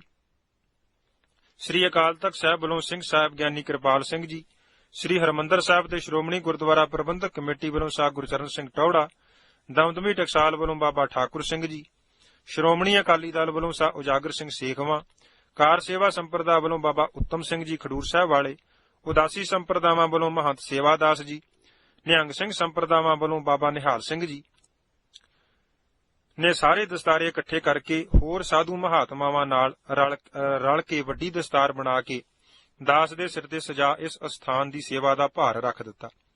ਉਪਰੰਤ ਸਾਰੇ ਮਹਾਂਪੁਰਖਾਂ, ਅਖੰਡ ਕੀਰਤਨੀ ਜਥੇ ਦੇ ਜਥੇਦਾਰ ਭਾਈ ਰਾਮ ਸਿੰਘ ਜੀ ਅਤੇ ਇਲਾਕੇ ਦੇ ਪਤਵੰਤੇ ਗੁਰਮੁਖਾਂ ਨੇ ਦਸਤਾਰੇ ਅਤੇ ਮਾਇਆ ਭੇਟ ਕੀਤੀ। ਜਥੇਦਾਰ ਜਗਦੇਵ ਸਿੰਘ ਤਲਵੰਡੀ, ਇਲਾਕੇ ਦੇ ਸਾਰੇ MLA, ਸ਼੍ਰੋਮਣੀ ਕਮੇਟੀ ਦੇ ਮੈਂਬਰਾਂ, ਖਾਲਸਾ ਵਿਦਿਅਕ ਸੰਸਥਾਵਾਂ ਵੱਲੋਂ ਵੀ ਸਰੋਪਾ ਦਿੱਤੇ ਗਏ। ਅੱਧੇ ਘੰਟੇ ਵਿੱਚ ਇਹ ਰਸਮ ਪੂਰੀ ਹੋਣ ਉਪਰੰਤ ਆਏ ਹੋਏ ਪ੍ਰਤਿਸ਼ਠ ਵਿਅਕਤੀਆਂ, ਸਮੂਹ ਮਹਾਂਪੁਰਖਾਂ ਤੇ ਲੀਡਰ ਸਾਹਿਬਾਨਾਂ ਨੇ ਬਾਬਾ ਜੀ ਵੱਲੋਂ ਪੰਥ ਪ੍ਰਤੀ ਕੀਤੀਆਂ ਸੇਵਾਵਾਂ ਨੂੰ ਦਰਸਾਉਂਦਿਆਂ ਹੋਇਆਂ ਆਪ ਜੀ ਨੂੰ ਸ਼ਰਧਾਂਜਲੀ ਭੇਟ ਕੀਤੀ ਅਤੇ ਇਸ ਸਮੇਂ ਗੁਰਚਰਨ ਸਿੰਘ ਟੌੜਾ ਨੇ ਬਾਬਾ ਜੀ ਨੂੰ ਕੌਮ ਦਾ ਮਹਾਨ ਸ਼ਹੀਦ ਕਰਾਰ ਦਿੱਤਾ ਅਤੇ ਬਾਬਾ ਜੀ ਦੀ ਯਾਦ ਨੂੰ ਸਦੀਵ ਕਾਲ ਲਈ ਤਾਜ਼ਾ ਰੱਖਣ ਹਿੱਤ ਕੇਂਦਰੀ ਸਿੱਖ ਅਜਾਇਬ ਘਰ ਵਿਖੇ ਬਾਬਾ ਜੀ ਦੀ ਤਸਵੀਰ ਲਗਾਉਣ ਦਾ ਐਲਾਨ ਕੀਤਾ। ਇਸ ਦਿਨ ਜਿੰਨੀ ਕੋ ਸੰਗਤ ਆਈ, ਉਸ ਦਾ ਅੰਦਾਜ਼ਾ ਲਗਾਉਣਾ ਕਠਿਨ ਸੀ। ਹਰ ਪਾਸੇ ਜਿੱਧਰ ਵੀ ਨਿਗਾਹ ਮਾਰੂ, ਜਨ ਸਮੂਹ ਦਾ ਠਾਠਾਂ ਮਾਰਦਾ ਸਮੁੰਦਰ ਨਜ਼ਰ ਆ ਰਿਹਾ ਸੀ। ਅਰਦਾਸ ਉਪਰੰਤ ਦੇਗ ਵਰਤਾ ਕੇ ਸਾਰੇ ਦੀਵਾਨ ਦੀ ਸਮਾਪਤੀ ਕੀਤੀ ਗਈ। ਦੀਵਾਨ ਦੀ ਸਮਾਪਤੀ ਉਪਰੰਤ ਗੁਰੂ ਕਾ ਲੰਗਰ ਜੋ ਸਵੇਰ ਤੋਂ ਹੀ ਚੱਲ ਰਿਹਾ ਸੀ, ਲੋੜ ਅਨੁਸਾਰ ਇੰਨੀ ਸੰਗਤ ਨੇ ਛਕਿਆ। ਕਿਸੇ ਪ੍ਰਕਾਰ ਦਾ ਰੌਲਾ ਨਹੀਂ ਸੀ। ਬੜੇ ਅਦਬ ਅਤੇ ਭੈ ਭਾਵਨੀ ਵਿੱਚ ਸਾਰੀ ਸੰਗਤ ਹੀ ਹਿਰਦੇ ਵਿੱਚ ਬਾਬਾ ਜੀ ਦੀ ਪਿਆਰੀ ਨਿੱਘੀ ਯਾਦ ਨੂੰ ਸਮੋਈ। ਬਾਬਾ ਜੀ ਦੇ ਸਰੀਰਕ ਵਿਛੋੜੇ ਦੀ ਕਸਕ ਨੂੰ ਮਨ ਵਿੱਚ ਸਹਿੰਦੀ ਹੋਈ ਆਪੋ ਆਪਣੇ ਨਗਰਾਂ ਨੂੰ ਹੌਲੀ-ਹੌਲੀ ਵਿਦਾ ਹੋ ਰਹੀ ਸੀ। ਅੰਤਮ ਬੇਨਤੀ। ਬਾਬਾ ਜੀ ਨੇ ਆਪਣੇ ਜੀਵਨ ਕਾਲ ਵਿੱਚ ਹਰ ਪੱਖ ਤੋਂ ਬਹੁਤ ਸੰਕੋਚਮਾ ਜੀਵਨ ਬਤੀਤ ਕੀਤਾ। ਆਪ ਜੀ ਬਹੁਤ ਕਲਾਰੇ ਤੋਂ ਹਮੇਸ਼ਾ ਸੰਕੋਚ ਕਰਦੇ, ਪਰ ਆਪ ਜੀ ਵੱਲੋਂ ਦੇਸ਼ ਵਿਦੇਸ਼ ਵਿੱਚ ਨਾਮ ਦੀ ਖੁਸ਼ਬੋਈ ਵੰਡਣ ਅਤੇ ਪੰਥ ਪ੍ਰਤੀ ਕੀਤੀਆਂ ਸੇਵਾਵਾਂ ਸਦਕਾ ਹਰ ਗੁਰੂ ਨਾਨਕ ਨਾਮ ਲੇਵਾ ਆਪ ਜੀ ਦੀ ਸ਼ਖਸੀਅਤ ਤੋਂ ਭਲੀ ਪ੍ਰਕਾਰ ਜਾਣੂ ਹੋ ਗਿਆ। ਜੋ ਪ੍ਰਾਣੀ ਬਾਬਾ ਜੀ ਦੇ ਸਰੀਰ ਸਮੇਂ ਦਰਸ਼ਨ ਨਹੀਂ ਕਰ ਸਕਿਆ, ਹੁਣ ਉਸ ਦੇ ਮਨ ਵਿੱਚ ਖਿੱਚ ਸੀ ਕਿ ਜੇ ਅਸੀਂ ਉਸ ਮਹਾਨ ਆਤਮਾ ਦੇ ਸਰੀਰਕ ਦਰਸ਼ਨ ਨਹੀਂ ਵੀ ਕਰ ਸਕੇ ਤਾਂ ਘੱਟੋ ਘੱਟ ਉਸ ਅਸਥਾਨ ਦੀ ਧੂੜੀ ਜ਼ਰੂਰ ਪਰਸੀਏ, ਜਿਸ ਅਸਥਾਨ ਤੇ ਬੈਠ ਕੇ ਇਸ ਮਹਾਨ ਆਤਮਾ ਨੇ ਬੇਅੰਤ ਨਾਮ ਸਿਮਰਨ ਕੀਤਾ, ਜਿਸ ਨਾਮ ਸਿਮਰਨ ਦੀ ਬਰਕਤ ਸਦਕਾ ਸਿੱਖੀ ਦੀ ਮਹਿਕ ਦੇਸ਼ ਵਿਦੇਸ਼ ਵਿੱਚ ਫੈਲੀ, ਅਤੇ ਉਹਨਾਂ ਸਮਾਗਮਾਂ ਵਿੱਚ ਜ਼ਰੂਰ ਹਾਜ਼ਰੀ ਭਰੀਏ ਜਿਨ੍ਹਾਂ ਵਿੱਚ ਬਾਬਾ ਜੀ ਸੰਗਤਾਂ ਨੂੰ ਪ੍ਰਭੂ ਚਰਨਾਂ ਨਾਲ ਜੁੜਨ ਲਈ ਪ੍ਰੇਰਣਾ ਅਤੇ ਅਵਸਰ ਪ੍ਰਦਾਨ ਕਰਿਆ ਕਰਦੇ ਸਨ। ਸੰਗਤਾਂ ਸਮਾਗਮ ਉੱਪਰ ਬੇਅੰਤ ਇਕੱਤਰ ਹੋਣ ਲੱਗ ਪਈਆਂ। ਸਤਿਗੁਰੂ ਜੀ ਦੀ ਪ੍ਰੇਰਣਾ ਅਤੇ ਸੰਗਤ ਦੇ ਉਦਮ ਸਦਕਾ ਬਾਬਾ ਜੀ ਨੇ ਆਪਣੇ ਸਮੇਂ ਜੋ ਇੱਕ 60 ਫੁੱਟ ਬਾਈ 40 ਫੁੱਟ ਦਾ ਵੱਡਾ ਹਾਲ ਕਮਰਾ ਸਤਿਗੁਰੂ ਜੀ ਦੇ ਪ੍ਰਕਾਸ਼ ਵਾਸਤੇ ਅਤੇ ਸੰਗਤ ਦੀ ਰਿਹਾਇਸ਼ ਲਈ ਜੋ 20-22 ਕਮਰੇ ਬਣਾਏ ਸਨ, ਸਤਿਗੁਰੂ ਜੀ ਦੀ ਅਪਾਰ ਕਿਰਪਾ ਤੇ ਮਹਾਂਪੁਰਖਾਂ ਵੱਲੋਂ ਬਖਸ਼ੀ ਪ੍ਰੇਰਣਾ ਸਦਕਾ ਹੁਣ ਉਸ ਵਿੱਚ ਵਾਧਾ ਹੋਣ ਲੱਗ ਪਿਆ। ਥੋੜੇ ਅਰਸੇ ਵਿੱਚ ਹੀ ਸੰਗਤ ਦੀ ਰਿਹਾਇਸ਼ ਲਈ ਹੋਰ 40-42 ਕਮਰੇ ਬਣ ਗਏ। ਅੰਮ੍ਰਿਤ ਪ੍ਰਚਾਰ ਲਈ ਕਰੀਬਨ 27 ਫੁੱਟ ਬਾਈ 52 ਫੁੱਟ ਦਾ ਇੱਕ ਹੋਰ ਹਾਲ ਬਣ ਗਿਆ, ਸੋ ਜਿਸ ਨੂੰ ਸੰਤ ਬਾਬਾ ਹਰਨਾਮ ਸਿੰਘ ਯਾਦਗਾਰੀ ਲਾਇਬ੍ਰੇਰੀ ਅਤੇ ਅਜਾਇਬ ਘਰ ਵਿੱਚ ਬਦਲਿਆ ਗਿਆ ਸੀ। ਸੰਗਤਾਂ ਦੀ ਰਿਹਾਇਸ਼ੀ ਸਹੂਲਤ ਨੂੰ ਮੁੱਖ ਰੱਖ ਕੇ ਗੁਰਦੁਆਰਾ ਸਾਹਿਬ ਵਿਖੇ ਸ੍ਰੀ ਗੁਰੂ ਰਾਮਦਾਸ ਸਾਹਿਬ ਜੀ ਦੇ ਨਾਮ ਉੱਤੇ ਗੁਰੂ ਰਾਮਦਾਸ ਨਿਵਾਸ ਦੀ ਉਸਾਰੀ ਆਰੰਭ ਕੀਤੀ ਗਈ, ਜਿਸ ਵਿੱਚ ਕਰੀਬਨ 200 ਦੇ ਕਮਰੇ ਸਮੇਤ ਲੈਟਰਿਨ ਬਾਥਰੂਮ ਤਿਆਰ ਹੋ ਗਏ ਹਨ ਤੇ ਅਗਾਂਹ ਉਸਾਰੀ ਚੱਲ ਰਹੀ ਹੈ। ਅੰਮ੍ਰਿਤ ਸੰਚਾਰ ਤੇ ਸ੍ਰੀ ਅਖੰਡ ਪਾਠ ਸਾਹਿਬ ਕਰਨ ਵਾਸਤੇ 35 ਬਾਈ 75 ਫੁੱਟ ਦਾ ਹਾਲ ਤਿਆਰ ਹੋ ਗਿਆ ਹੈ। ਸੰਗਤਾਂ ਦੇ ਲੰਗਰ ਛਕਣ ਵਾਸਤੇ ਇੱਕ ਸ਼ੈੱਡ ਜੋ ਪਹਿਲਾਂ ਬਣਾਇਆ ਗਿਆ, ਸੋ ਉਸ ਤੋਂ ਬਾਅਦ ਪ੍ਰਕਾਸ਼ ਅਸਥਾਨ ਉੱਪਰ 6 ਮੰਜ਼ਲਾ 125 ਫੁੱਟ ਉੱਚਾ ਗੁੰਬਜ ਵੀ ਤਿਆਰ ਹੋ ਗਿਆ ਹੈ। ਟੀਨਾਂ ਦੇ ਸ਼ੈੱਡ ਜਿਸ ਵਿੱਚ ਸੰਗਤ ਨੂੰ ਲੰਗਰ ਛਕਾਇਆ ਜਾਂਦਾ ਸੀ ਪ੍ਰਕਾਸ਼ ਅਸਥਾਨ ਦੇ ਬਿਲਕੁਲ ਨਜ਼ਦੀਕ ਸੀ, ਜਿਸ ਕਾਰਨ ਸੰਗਤ ਦਾ ਬੋਲ ਬੁਲਾਰਾ ਤੇ ਬਰਤਨਾਂ ਦਾ ਖੜਾਕ ਚੱਲ ਰਹੇ ਦੀਵਾਨ ਵਿੱਚ ਵਿਘਨਕਾਰੀ ਬਣ ਕੇ ਸੰਗਤਾਂ ਦੀ ਸੁਰਤ ਸ਼ਬਦ ਨਾਲੋਂ ਉਖੇੜਨ ਦਾ ਕਾਰਨ ਬਣਦਾ ਸੀ। ਸੋ ਇਸ ਸਮੱਸਿਆ ਦੇ ਹੱਲ ਲਈ ਗੁਰਦੁਆਰਾ ਸਾਹਿਬ ਦੇ ਚੜ੍ਹਦੇ ਪਾਸੇ ਜੋ ਇੱਕ ਕਿੱਲਾ ਥਾਂ ਸੀ, ਉਸ ਸਾਰੇ ਥਾਂ ਵਿੱਚ 120 ਫੁੱਟ ਲੰਬਾ 120 ਫੁੱਟ ਚੌੜਾ ਚੌਰਸ ਹਾਲ ਸੰਗਤ ਦੇ ਲੰਗਰ ਛਕਣ ਵਾਸਤੇ ਬਣਾਇਆ ਗਿਆ ਅਤੇ ਏਡਾ ਵੱਡਾ 120 ਫੁੱਟ ਬਾਈ 120 ਫੁੱਟ ਦਾ ਹਾਲ ਇਸ ਦੇ ਉੱਪਰ ਦੂਸਰੀ ਮੰਜ਼ਲ ਤੇ ਬਣਾਇਆ ਗਿਆ, ਜਿਸ ਵਿੱਚ ਸਿੱਖ ਇਤਿਹਾਸ ਨਾਲ ਸੰਬੰਧਿਤ ਚਿੱਤਰ ਲਗਾਏ ਗਏ ਹਨ ਤਾਂ ਜੋ ਸੰਗਤਾਂ ਆਪਣੇ ਵਿਰਸੇ ਦੀ ਜਾਣਕਾਰੀ ਲੈਣ ਲਈ ਇਸ ਅਜਾਇਬ ਘਰ ਤੋਂ ਲਾਭ ਪ੍ਰਾਪਤ ਕਰ ਸਕਣ ਅਤੇ ਆਉਣ ਵਾਲੇ ਸਮੇਂ ਵਿੱਚ ਇਸ ਨੂੰ ਮਲਟੀਮੀਡੀਆ ਅਜਾਇਬ ਘਰ ਬਣਾਉਣ ਦਾ ਫੁਰਨਾ ਵੀ ਮਨ ਵਿੱਚ ਹੈ, ਜੋ ਸਤਿਗੁਰੂ ਜੀ ਆਪਣੇ ਭਾਣੇ ਵਿੱਚ ਆਪਣੇ ਹੁਕਮ ਵਿੱਚ ਸਾਕਾਰ ਕਰਨਗੇ। ਅਤੇ ਇਸੇ ਹੀ ਹਾਲ ਦੇ ਉੱਪਰ ਤੀਜੀ ਮੰਜ਼ਲ ਉੱਪਰ ਸੰਗਤਾਂ ਦੀ ਰਿਹਾਇਸ਼ ਵਾਸਤੇ ਕੁਝ ਹਾਲ ਤੇ ਕੁਝ ਕਮਰੇ ਬਣਾਏ ਗਏ ਹਨ, ਜੋ ਸੰਗਤਾਂ ਦੀ ਜ਼ਿਆਦਾ ਸੰਗਤਾਂ ਕਿਸੇ ਸਥਾਨ ਤੋਂ ਆ ਜਾਂਦੀਆਂ ਹਨ ਤੇ ਉਹਨਾਂ ਨੂੰ ਇਕੱਠਿਆਂ ਉਸ ਸਥਾਨ ਤੇ ਵਿਸਰਾਮ ਕਰਾਉਣ ਲਈ ਇਹ ਹਾਲ ਕਮਰੇ ਤੇ ਦੂਸਰੇ ਕਮਰੇ ਸੋ ਉਹਨਾਂ ਨੂੰ ਆਰਾਮ ਦੀ ਸੁਵਿਧਾ ਪ੍ਰਦਾਨ ਕਰਦੇ ਹਨ। ਇਸ ਲੰਗਰ ਹਾਲ ਦੇ ਸਾਹਮਣੇ ਫੁੱਲਾਂ ਦੀ ਪਾਰਕ ਬਣਾਈ ਗਈ ਹੈ।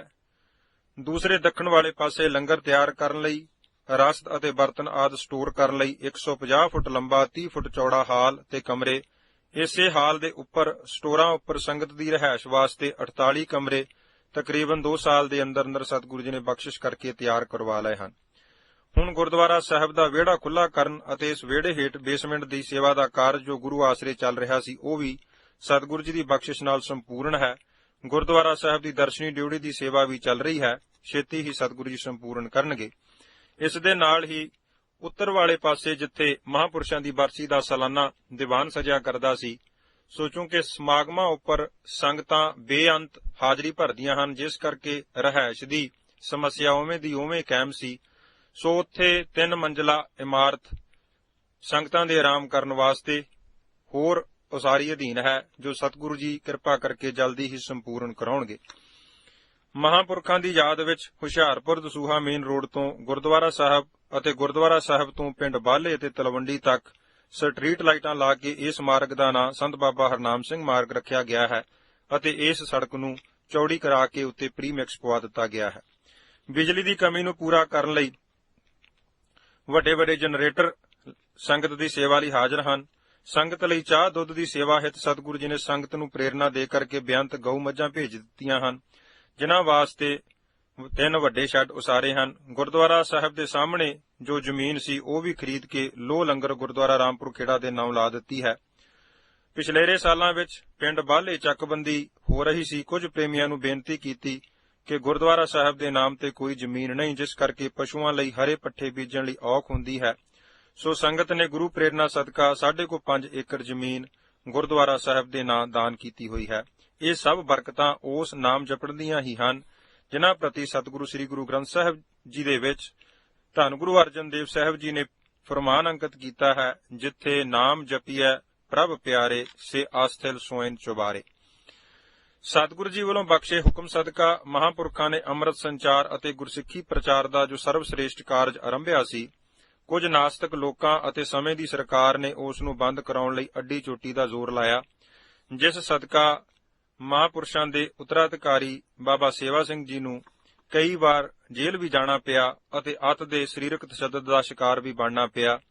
ਪਰ ਸਤਿਗੁਰੂ ਜੀ ਦੀ ਅਪਾਰ ਬਖਸ਼ਿਸ਼ ਅਤੇ ਮਹਾਂਪੁਰਖਾਂ ਦਾ ਮਿਹਰ ਭਰਿਆ ਹੱਥ ਸਿਰ ਉੱਪਰ ਹੋਣ ਸਦਕਾ ਗੁਰਦੇਵ ਜੀ ਨੇ ਹਰ ਜਗ੍ਹਾ ਹਰ ਪ੍ਰਕਾਰ ਪ੍ਰਤੱਖ ਹੋ ਕਰਕੇ ਰੱਖਿਆ ਕੀਤੀ। ਅੰਮ੍ਰਿਤ ਪ੍ਰਚਾਰ ਜੋ ਕੇਵਲ ਮਹਾਂਪੁਰਖਾਂ ਦੇ ਸਮੇਂ ਗੁਰਪੁਰਬਾਂ ਅਤੇ ਹੋਰ ਸਮਾਗਮਾਂ ਤੇ ਹੁੰਦਾ ਸੀ, ਹੁਣ ਹਰ ਸੰਗਰਾਂਦ ਨੂੰ ਸਵੇਰੇ 11 ਵਜੇ ਅੰਮ੍ਰਿਤ ਸੰਚਾਰ ਦਾ ਪ੍ਰੋਗਰਾਮ ਨਿਯਤ ਕੀਤਾ ਹੈ। ਹਰ ਸੰਗਰਾਂਦ ਤੇ ਬੇਅੰਤ ਪ੍ਰਾਣੀ ਗੁਰੂ ਕੇ ਖੰਡੇ ਬਾਟੇ ਦਾ ਅੰਮ੍ਰਿਤ ਛਕ ਕੇ ਗੁਰੂ ਚਰਨਾਂ ਨਾਲ ਜੁੜਦੇ ਹਨ। ਇਸ ਤੋਂ ਇਲਾਵਾ ਗੁਰਪੁਰਬਾਂ ਉੱਤੇ ਉਚੇਚਾ ਅੰਮ੍ਰਿਤ ਸੰਚਾਰ ਦੇ ਸਮਾਗਮ ਕੀਤੇ ਜਾਂਦੇ ਹਨ। ਜਿਸ ਵੀ ਨਗਰ ਵਿੱਚ ਅੰਮ੍ਰਿਤ ਅਭਿਲਾਖੀ ਅੰਮ੍ਰਿਤ ਛਕਣ ਦੀ ਇੱਛਾ ਰੱਖਦੇ ਹੋਣ, ਉਸ ਨਗਰ ਵਿੱਚ ਜਾ ਕੇ ਅੰਮ੍ਰਿਤ ਸੰਚਾਰ ਕੀਤਾ ਜਾਂਦਾ ਹੈ। ਕਈ ਵਾਰ ਤਾਂ ਇੱਕੋ ਦਿਨ 5-6 ਜਗ੍ਹਾ ਵੀ ਅੰਮ੍ਰਿਤ ਸੰਚਾਰ ਲਈ 5 ਪਿਆਰਿਆਂ ਦੇ ਜਥੇ ਗੁਰਦੁਆਰਾ ਰਾਮਪੁਰ ਖੇੜਾ ਸਾਹਿਬ ਦੇ ਸਥਾਨ ਤੋਂ ਜਾਂਦੇ ਹਨ।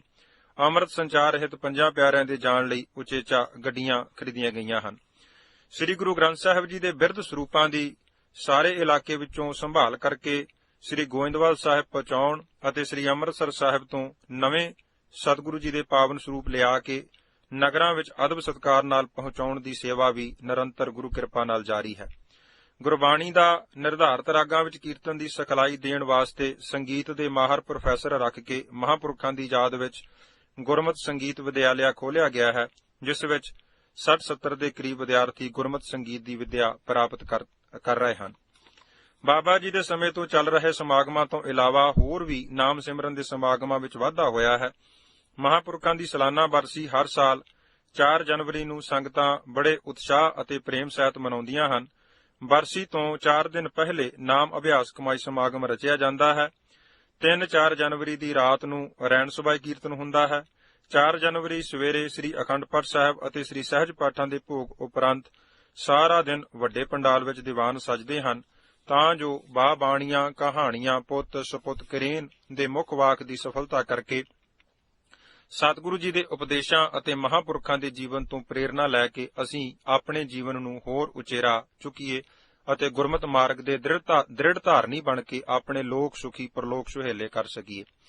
ਨਾਮ ਅਭਿਆਸ ਕਮਾਈ ਸਮਾਗਮ ਜੋ ਪਹਿਲਾਂ ਜੁਲਾਈ ਤੋਂ ਅਕਤੂਬਰ ਦੇ ਮਹੀਨੇ ਵਿੱਚ ਕੀਤਾ ਗਿਆ, ਸੋ ਪਹਿਲਾ ਅਕਤੂਬਰ ਮਹੀਨੇ ਦੇ ਪਹਿਲੇ ਐਤਵਾਰ ਤੋਂ ਅਗਲੇ ਐਤਵਾਰ ਤੱਕ 8 ਦਿਨ ਚੱਲਦਾ ਸੀ ਤੇ ਹੁਣ ਚੱਲ ਰਿਹਾ ਹੈ। ਇਸ ਤੋਂ ਇਲਾਵਾ ਸੰਗਤ ਦੀ ਤੀਬਰ ਮੰਗ ਨੂੰ ਮੁੱਖ ਰੱਖ ਕੇ 2001 ਤੋਂ ਇੱਕ ਹੋਰ ਨਾਮ ਅਭਿਆਸ ਕਮਾਈ ਸਮਾਗਮ ਅਪ੍ਰੈਲ ਦੇ ਮਹੀਨੇ ਦੇ ਪਹਿਲੇ ਐਤਵਾਰ ਤੋਂ ਅਗਲੇ ਐਤਵਾਰ ਤੱਕ 8 ਦਿਨਾਂ ਦਾ ਆਰੰਭ ਕਰ ਦਿੱਤਾ ਹੈ, ਜੋ ਨਿਰੰਤਰ ਗੁਰੂ ਮਿਹਰ ਆਸਰੇ ਚੱਲਦਾ ਰਹੇਗਾ। ਗੁਰੂ ਪਾਤਸ਼ਾਹ ਲਾਹੇ ਬਖਸ਼ਿਸ਼ ਕਰਨ। ਇਹ ਸੀ ਅਨੰਤ ਸ਼ਕਤੀ ਦੇ ਦਰੋਂ ਵਰਸਾਏ ਦੈਵੀ ਗੁਣਾ ਨਾਲ ਸਰਸ਼ਾਰ ਉਸ ਪਿਆਰੇ ਹਰਜੀ ਦੇ ਪਿਆਰੇ ਦੀ ਸੰਖੇਪ ਜੀਵਨ ਗਾਥਾ, ਜਿਸ ਨੇ ਉਸ ਸ਼ੌਹ ਦੇ ਗਲ ਲੱਗਣ ਦੀ ਜਾਚ ਸਿਖਾਈ। ਅੰਤ ਵਿੱਚ ਸਤਿਗੁਰੂ ਜੀ ਦੇ ਚਰਨਾਂ ਵਿੱਚ ਅਰਦਾਸ ਹੈ ਕਿ ਬੀਤ ਰਹੀ ਹੁਣ ਬੀਤ ਚੱਲੀ ਹੈ, ਬੀਤ ਜਾਏਗੀ ਇੱਕ ਦਿਨ, ਛਿਨ ਛਿਨ ਜਾਦ ਪੱਕੇ ਲਿਵ ਬਣ ਜਾਏ ਬਣੇ ਸदैवी ਇਹ ਛਿਨ, ਤਰਲੇ ਲਏ ਬਹੁ ਤੇਰੇ ਸ਼ੌਹ ਜੀ ਭੁੱਲ ਝਾਤੀਆਂ ਮਾਰੇ, ਸ਼ਾਲਾ ਸ਼ਰਨ ਲਾਜ ਹੁਣ ਪਾਲੋ, ਸਮਰੱਥ ਕੋਏ ਨਾ ਤੁਝ ਬਿਨ। ਸਤਿਗੁਰੂ ਜੀ ਦੇ ਪਾਵਨ ਮੁੱਖ ਵਾਕਾਂ ਨੂੰ ਦੁਹਰਾਉਂਦਿਆਂ ਹੋਇਆਂ ਅਸੀਸ ਰੂਪ ਮੰਗਦੇ ਹੋਏ ਸੰਗਤ ਤੋਂ ਇੱਥੇ ਖਿਮਾ ਲੈਂਦੇ ਹਾਂ। ਦੇਹੋ ਸੱਜਣ ਅਸੀਸੜੀਆ, ਜਿਉ ਹੋਵੈ ਸਾਹਿਬ ਸਿਉ ਮੇਲ। ਵਾਹਿਗੁਰੂ ਜੀ ਕਾ ਖਾਲਸਾ, ਵਾਹਿਗੁਰੂ ਜੀ। ਪੁਰਾਤਤਵ ਇਤਿਹਾਸ ਰਾਮਪੁਰ ਖੇੜਾ। ਭੂਗੋਲਕ ਸਥਿਤੀ। ਰਾਮਪੁਰ ਖੇੜੇ ਦਾ ਥੇ ਹੁਸ਼ਿਆਰਪੁਰ ਤੋਂ ਦਸੂਹਾ, ਮੁਕੇਰੀਆਂ ਤੇ ਪਠਾਨਕੋਟ ਜਾਣ ਵਾਲੀ ਜਰਨੈਲੀ ਸੜਕ ਤੇ 18 ਮੀਲ ਦੀ ਵਿੱਥ ਤੇ ਪਿੰਡ ਮਾਛੀਆਂ ਦੇ ਲਹਿੰਦੇ ਪਾਸੇ ਕੋਈ 2 ਕੁ ਫਰਲਾਂਗ ਤੇ ਵਾਕਿਆ ਹੈ, ਜੋ ਜ਼ਿਲ੍ਹਾ ਹੁਸ਼ਿਆਰਪੁਰ, ਸਬ ਤਹਿਸੀਲ ਤੇ ਥਾਣਾ ਭੁੰਗਾ ਵਿੱਚ ਪੈਂਦਾ ਹੈ। 1947 ਈਸਵੀ ਤੋਂ ਪਹਿਲਾਂ ਅੰਗਰੇਜ਼ ਰਾਜ ਸਮੇਂ ਇਹ ਥੇ ਪਹਿਲਾਂ ਤਹਿਸੀਲ ਦਸੂਹਾ ਵਿੱਚ ਵਾਕਿਆ ਸੀ।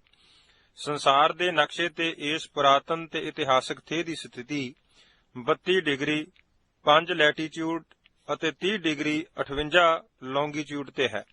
ਸਥਾਨਕ ਤੌਰ ਤੇ ਇਹ ਥੇ ਚੜ੍ਹਦੇ ਪਾਸਿਓਂ ਪਿੰਡ ਮਾਛੀਆਂ, ਪੱਛਮ ਵੱਲੋਂ ਪਿੰਡ ਗੋਇੰਦਪੁਰ, ਲਹਿੰਦੇ ਵੱਲੋਂ ਪਿੰਡ ਬਾਲਾ ਅਤੇ ਦੱਖਣ ਵੱਲੋਂ ਪਿੰਡ ਤਲਵੰਡੀ ਜੱਟਾਂ ਵਿੱਚ ਘਿਰਿਆ ਹੋਇਆ ਹੈ। ਇਸ ਥੇ ਦੀਆਂ ਹੱਦਾਂ ਉਪਰੋਕਤ ਪਿੰਡਾਂ ਨਾਲ ਲੱਗਦੀਆਂ ਹਨ, ਪਰ ਸਰਕਾਰੀ ਕਾਗਜ਼ਾਂ ਵਿੱਚ ਗੋਇੰਦਪੁਰ ਪਿੰਡ ਦੀ ਹੱਦ ਵਿੱਚ ਹੈ, ਜੋ ਅੰਗਰੇਜ਼ ਸਰਕਾਰ ਦੇ ਪੰਜਾਬ ਦੇ ਸੂਬੇ ਦੀ ਜਿੱਤ ਪਿੱਛੋਂ ਬੰਦੋਬਸਤ ਸਮੇਂ ਆਇਆ ਸੀ। ਇਸ ਥੇ ਦੇ ਇਰਦ-ਗਿਰਦ ਦੇ ਪਿੰਡਾਂ ਦੀ ਮੌਜੂਦਾ ਹੱਦਬੰਦੀ ਸਨ 1853 ਵਿੱਚ ਅੰਗਰੇਜ਼ ਸਰਕਾਰ ਨੇ ਪੰਜਾਬ ਦੇ ਪਹਿਲੇ ਬੰਦੋਬਸਤ ਸਮੇਂ ਕੀਤੀ ਸੀ। ਇਹ ਹੱਦਬੰਦੀ ਟੋਡਰਮਲ ਅਕਬਰ ਬਾਦਸ਼ਾਹ ਦੇ ਵਜ਼ੀਰ ਦੀ ਹੱਦਬੰਦੀਆਂ ਦੇ ਆਧਾਰ ਤੇ ਹੋਈ ਸੀ, ਪਰ ਅੰਗਰੇਜ਼ ਸਰਕਾਰ ਦੀ ਜ਼ਮੀਨ ਦੀ ਵੰਡ ਵਜ਼ੀਰ ਟੋਡਰਮਲ ਨਾਲੋਂ ਵਧੇਰੇ ਵਿਸਥਾਰ ਅਤੇ ਪੱਕੇ ਢੰਗ ਵਾਲੀ ਸੀ, ਜੋ ਭਾਰਤ ਦੇ ਆਜ਼ਾਦ ਹੋਣ ਦੇ ਸਮੇਂ ਤੋਂ ਅੱਜ ਤੱਕ ਉਹ ਸਿਸਟਮ ਚੱਲਿਆ ਆ ਰਿਹਾ ਹੈ। ਇਤਿਹਾਸ। ਰਾਮਪੁਰ ਥੇ ਦਾ ਨਾਂ ਇੰਨਾ ਹੀ ਪੁਰਾਣਾ ਹੈ ਜਿੰਨਾ ਪੰਜਾਬ ਅਤੇ ਭਾਰਤ ਦੇ ਹੋਰ ਪੁਰਾਤਨ ਥੇ ਹਨ। ਥੇਹਾਂ ਦਾ ਇਤਿਹਾਸ ਸਮਿਆਂ ਦੇ ਦੁੱਖਾਂ ਸੁੱਖਾਂ ਦੀਆਂ ਘਟਨਾਵਾਂ ਦੇ ਫਿਲਮਾਂ ਦੇ ਝਲਕਾਰਿਆਂ ਵਾਂਗ ਹੈ, ਜਿਨ੍ਹਾਂ ਦੀਆਂ ਕੁੱਖਾਂ ਨੂੰ ਫਰੋਲਣ ਨਾਲ ਹਰ ਸਮੇਂ ਦੇ ਇਤਿਹਾਸਕ, ਸੱਭਿਆਚਾਰਕ, ਧਾਰਮਿਕ, ਮਕਾਨ ਉਸਾਰੀ ਅਤੇ ਹੋਰ ਹਰ ਸਮੇਂ ਦੀ ਰੰਗਣ ਦੀਆਂ ਹੂਬਹੂ ਤਸਵੀਰਾਂ ਨਿਕਲ ਆਉਂਦੀਆਂ ਹਨ। ਪੁਰਾਤਤਵੀ ਆਰਕੀਓਲੋਜੀ ਦੇ ਮਾਹਰਾਂ ਨੇ ਥੇਹਾਂ ਦੀ ਖੁਦਾਈ ਕਰਦੇ ਸਮੇਂ ਦੀਆਂ ਘਟਨਾਵਾਂ ਨੂੰ ਲੜੀਵਾਰ ਜੋੜ ਕੇ ਪੂਰੇ ਇਤਿਹਾਸ ਨੂੰ ਜੀਵਤ ਕੀਤਾ ਹੈ। ਪੰਜਾਬ ਤੇ ਭਾਰਤ ਵਿੱਚ ਹੀ ਨਹੀਂ ਬਲਕਿ ਸੰਸਾਰ ਦੇ ਕੋਨੇ-ਕੋਨੇ ਵਿੱਚ ਸਰਕਾਰਾਂ ਅਤੇ ਵਿਗਿਆਨੀਆਂ ਨੇ ਥੇਹਾਂ ਦੀਆਂ ਖੁਦਾਈਆਂ ਵਿੱਚ ਬਹੁਤ ਜ਼ਿਆਦਾ ਦਿਲਚਸਪੀ ਲੈ ਕੇ ਗੁਜ਼ਰੀਆਂ ਸਦੀਆਂ ਵਿੱਚ ਹੋਏ ਲੋਕਾਂ ਦੀ ਰਹਿਣੀ-ਬਹਿਣੀ, ਧਰਮ, ਯੁੱਧ, ਫਸਲਬਾੜੀ ਅਤੇ ਹਰ ਜੀਵਨ ਦੇ ਪੱਖ ਉੱਤੇ ਰੋਸ਼ਨੀਆਂ ਪਾਈਆਂ ਹਨ। ਇਸ ਥੇਹ ਦੀ ਕੁੱਖ ਵਿੱਚ ਬਹੁਤ ਕੁਝ ਲੁਕਿਆ ਜਾਪਦਾ ਹੈ ਜੋ ਬਾਕਾਇਦਾ ਖੁਦਾਈ ਰਾਹੀਂ ਹੀ ਪਤਾ ਲੱਗ ਸਕਦਾ ਹੈ। ਇਹ ਗੱਲ ਯਕੀਨੀ ਹੈ ਕਿ ਕਿਸੇ ਵੇਲੇ ਇਸ ਥੇਹ ਦਾ ਘੇਰਾ 150-200 ਏਕੜਾਂ ਵਿੱਚ ਸੀ। ਚੜ੍ਹਦੇ ਅਤੇ ਲਹਿੰਦੇ ਪਾਸੀਂ ਦੋ ਨਦੀਆਂ ਵਗਦੀਆਂ ਸਨ, ਜਿਨ੍ਹਾਂ ਦੇ ਚਿੰਨ੍ਹ ਅੱਜ ਵੀ ਮਿਲਦੇ ਹਨ। ਇਹਨਾਂ ਦੇ ਨਿਰਮਲ ਜਲ ਇੱਥੋਂ ਦੇ ਜੀਵਾਂ ਅਤੇ ਪਸ਼ੂਆਂ ਦੀ ਜੀਵਨ ਦੀ ਹਰ ਲੋੜ ਨੂੰ ਪੂਰਾ ਕਰਦੀਆਂ ਸਨ। ਦੋਨੋਂ ਨਦੀਆਂ ਸ਼ਿਵਾਲਿਕ ਦੀਆਂ ਪਹਾੜੀਆਂ ਵਿੱਚੋਂ ਸਾਰਾ ਸਾਲ ਵਗਦੀਆਂ ਰਹਿੰਦੀਆਂ ਸਨ, ਪਰ ਹਜ਼ਾਰਾਂ ਸਾਲ ਦੇ ਲੰਬੇਰੇ ਪੰਧ ਨੇ ਧਰਤੀ ਉੱਤੇ ਹੋਏ ਉਲੱਥ-ਪੁਲੱਥ ਨੇ ਇਹਨਾਂ ਦੇ ਸਦੀਵੀ ਰਸਤਿਆਂ ਨੂੰ ਬਦਲ ਦਿੱਤਾ ਹੈ। ਅੰਗਰੇਜ਼ ਸਰਕਾਰ ਦੀਆਂ ਰਿਕਾਰਡਾਂ ਵਿੱਚ ਇਸ ਥੇਹ ਨੂੰ ਕੋਨਾ ਲਿਖਿਆ ਹੈ, ਜੋ ਫਾਰਸੀ ਭਾਸ਼ਾ ਦਾ ਸ਼ਬਦ ਹੈ। ਅਰਥ ਹਨ ਪੁਰਾਣਾ, ਬੁੱਢਾ, ਭੱਜਿਆ, ਟੁੱਟਾ ਅਥਵਾ ਖੜਸੂਕ ਹੋਏ ਦਰਖਤਾਂ ਦੇ ਸੇਂਕ ਖਾਧੇ ਮੁੰਡ ਵਾਂਗ ਰੁੰਡ-ਮੁੰਡ। ਜ਼ਿਲ੍ਹਾ ਹੁਸ਼ਿਆਰਪੁਰ ਦੇ ਥੇਹ। ਇਸ ਇਲਾਹੀ ਪੁਸਤਕ ਦੇ ਵਿਸਤਾਰ ਨੂੰ ਲੰਬਾ ਨਾ ਕਰਨ ਦੇ ਖਿਆਲ ਨਾਲ ਇਸ ਥੇਹ ਦੇ ਇਤਿਹਾਸ ਨੂੰ ਜ਼ਿਲ੍ਹਾ ਹੁਸ਼ਿਆਰਪੁਰ ਦੇ ਥੇਹਾਂ ਤੱਕ ਹੀ ਸੀਮਿਤ ਕਰਨਾ ਮੁਨਾਸਬ ਹੋਵੇਗਾ। ਜ਼ਿਲ੍ਹਾ ਹੁਸ਼ਿਆਰਪੁਰ ਦੇ ਸਿਰਮੌਰ ਥੇਹਾਂ ਵਿੱਚੋਂ ਢੋਲਵਾਹਾ ਅਤੇ ਅਜੜਾਮ ਪੁਰਾਤਨ ਹਨ, ਜਿਨ੍ਹਾਂ ਦੀ ਮਹੱਤਤਾ ਭਾਰਤੀ ਥੇਹਾਂ ਦੀ ਪੱਧਰ ਨਾਲ ਜੁੜਦੀ ਹੈ। ਦੂਜੇ ਦਰਜੇ ਦੇ ਇਸ ਜ਼ਿਲ੍ਹੇ ਦੇ ਥੇਹਾਂ ਵਿੱਚੋਂ ਜ਼ਹੂਰਾ, ਰਾਮਪੁਰ ਖੇੜਾ ਅਤੇ ਦਸੂਹਾ ਦੇ ਥੇਹ ਆਉਂਦੇ ਹਨ।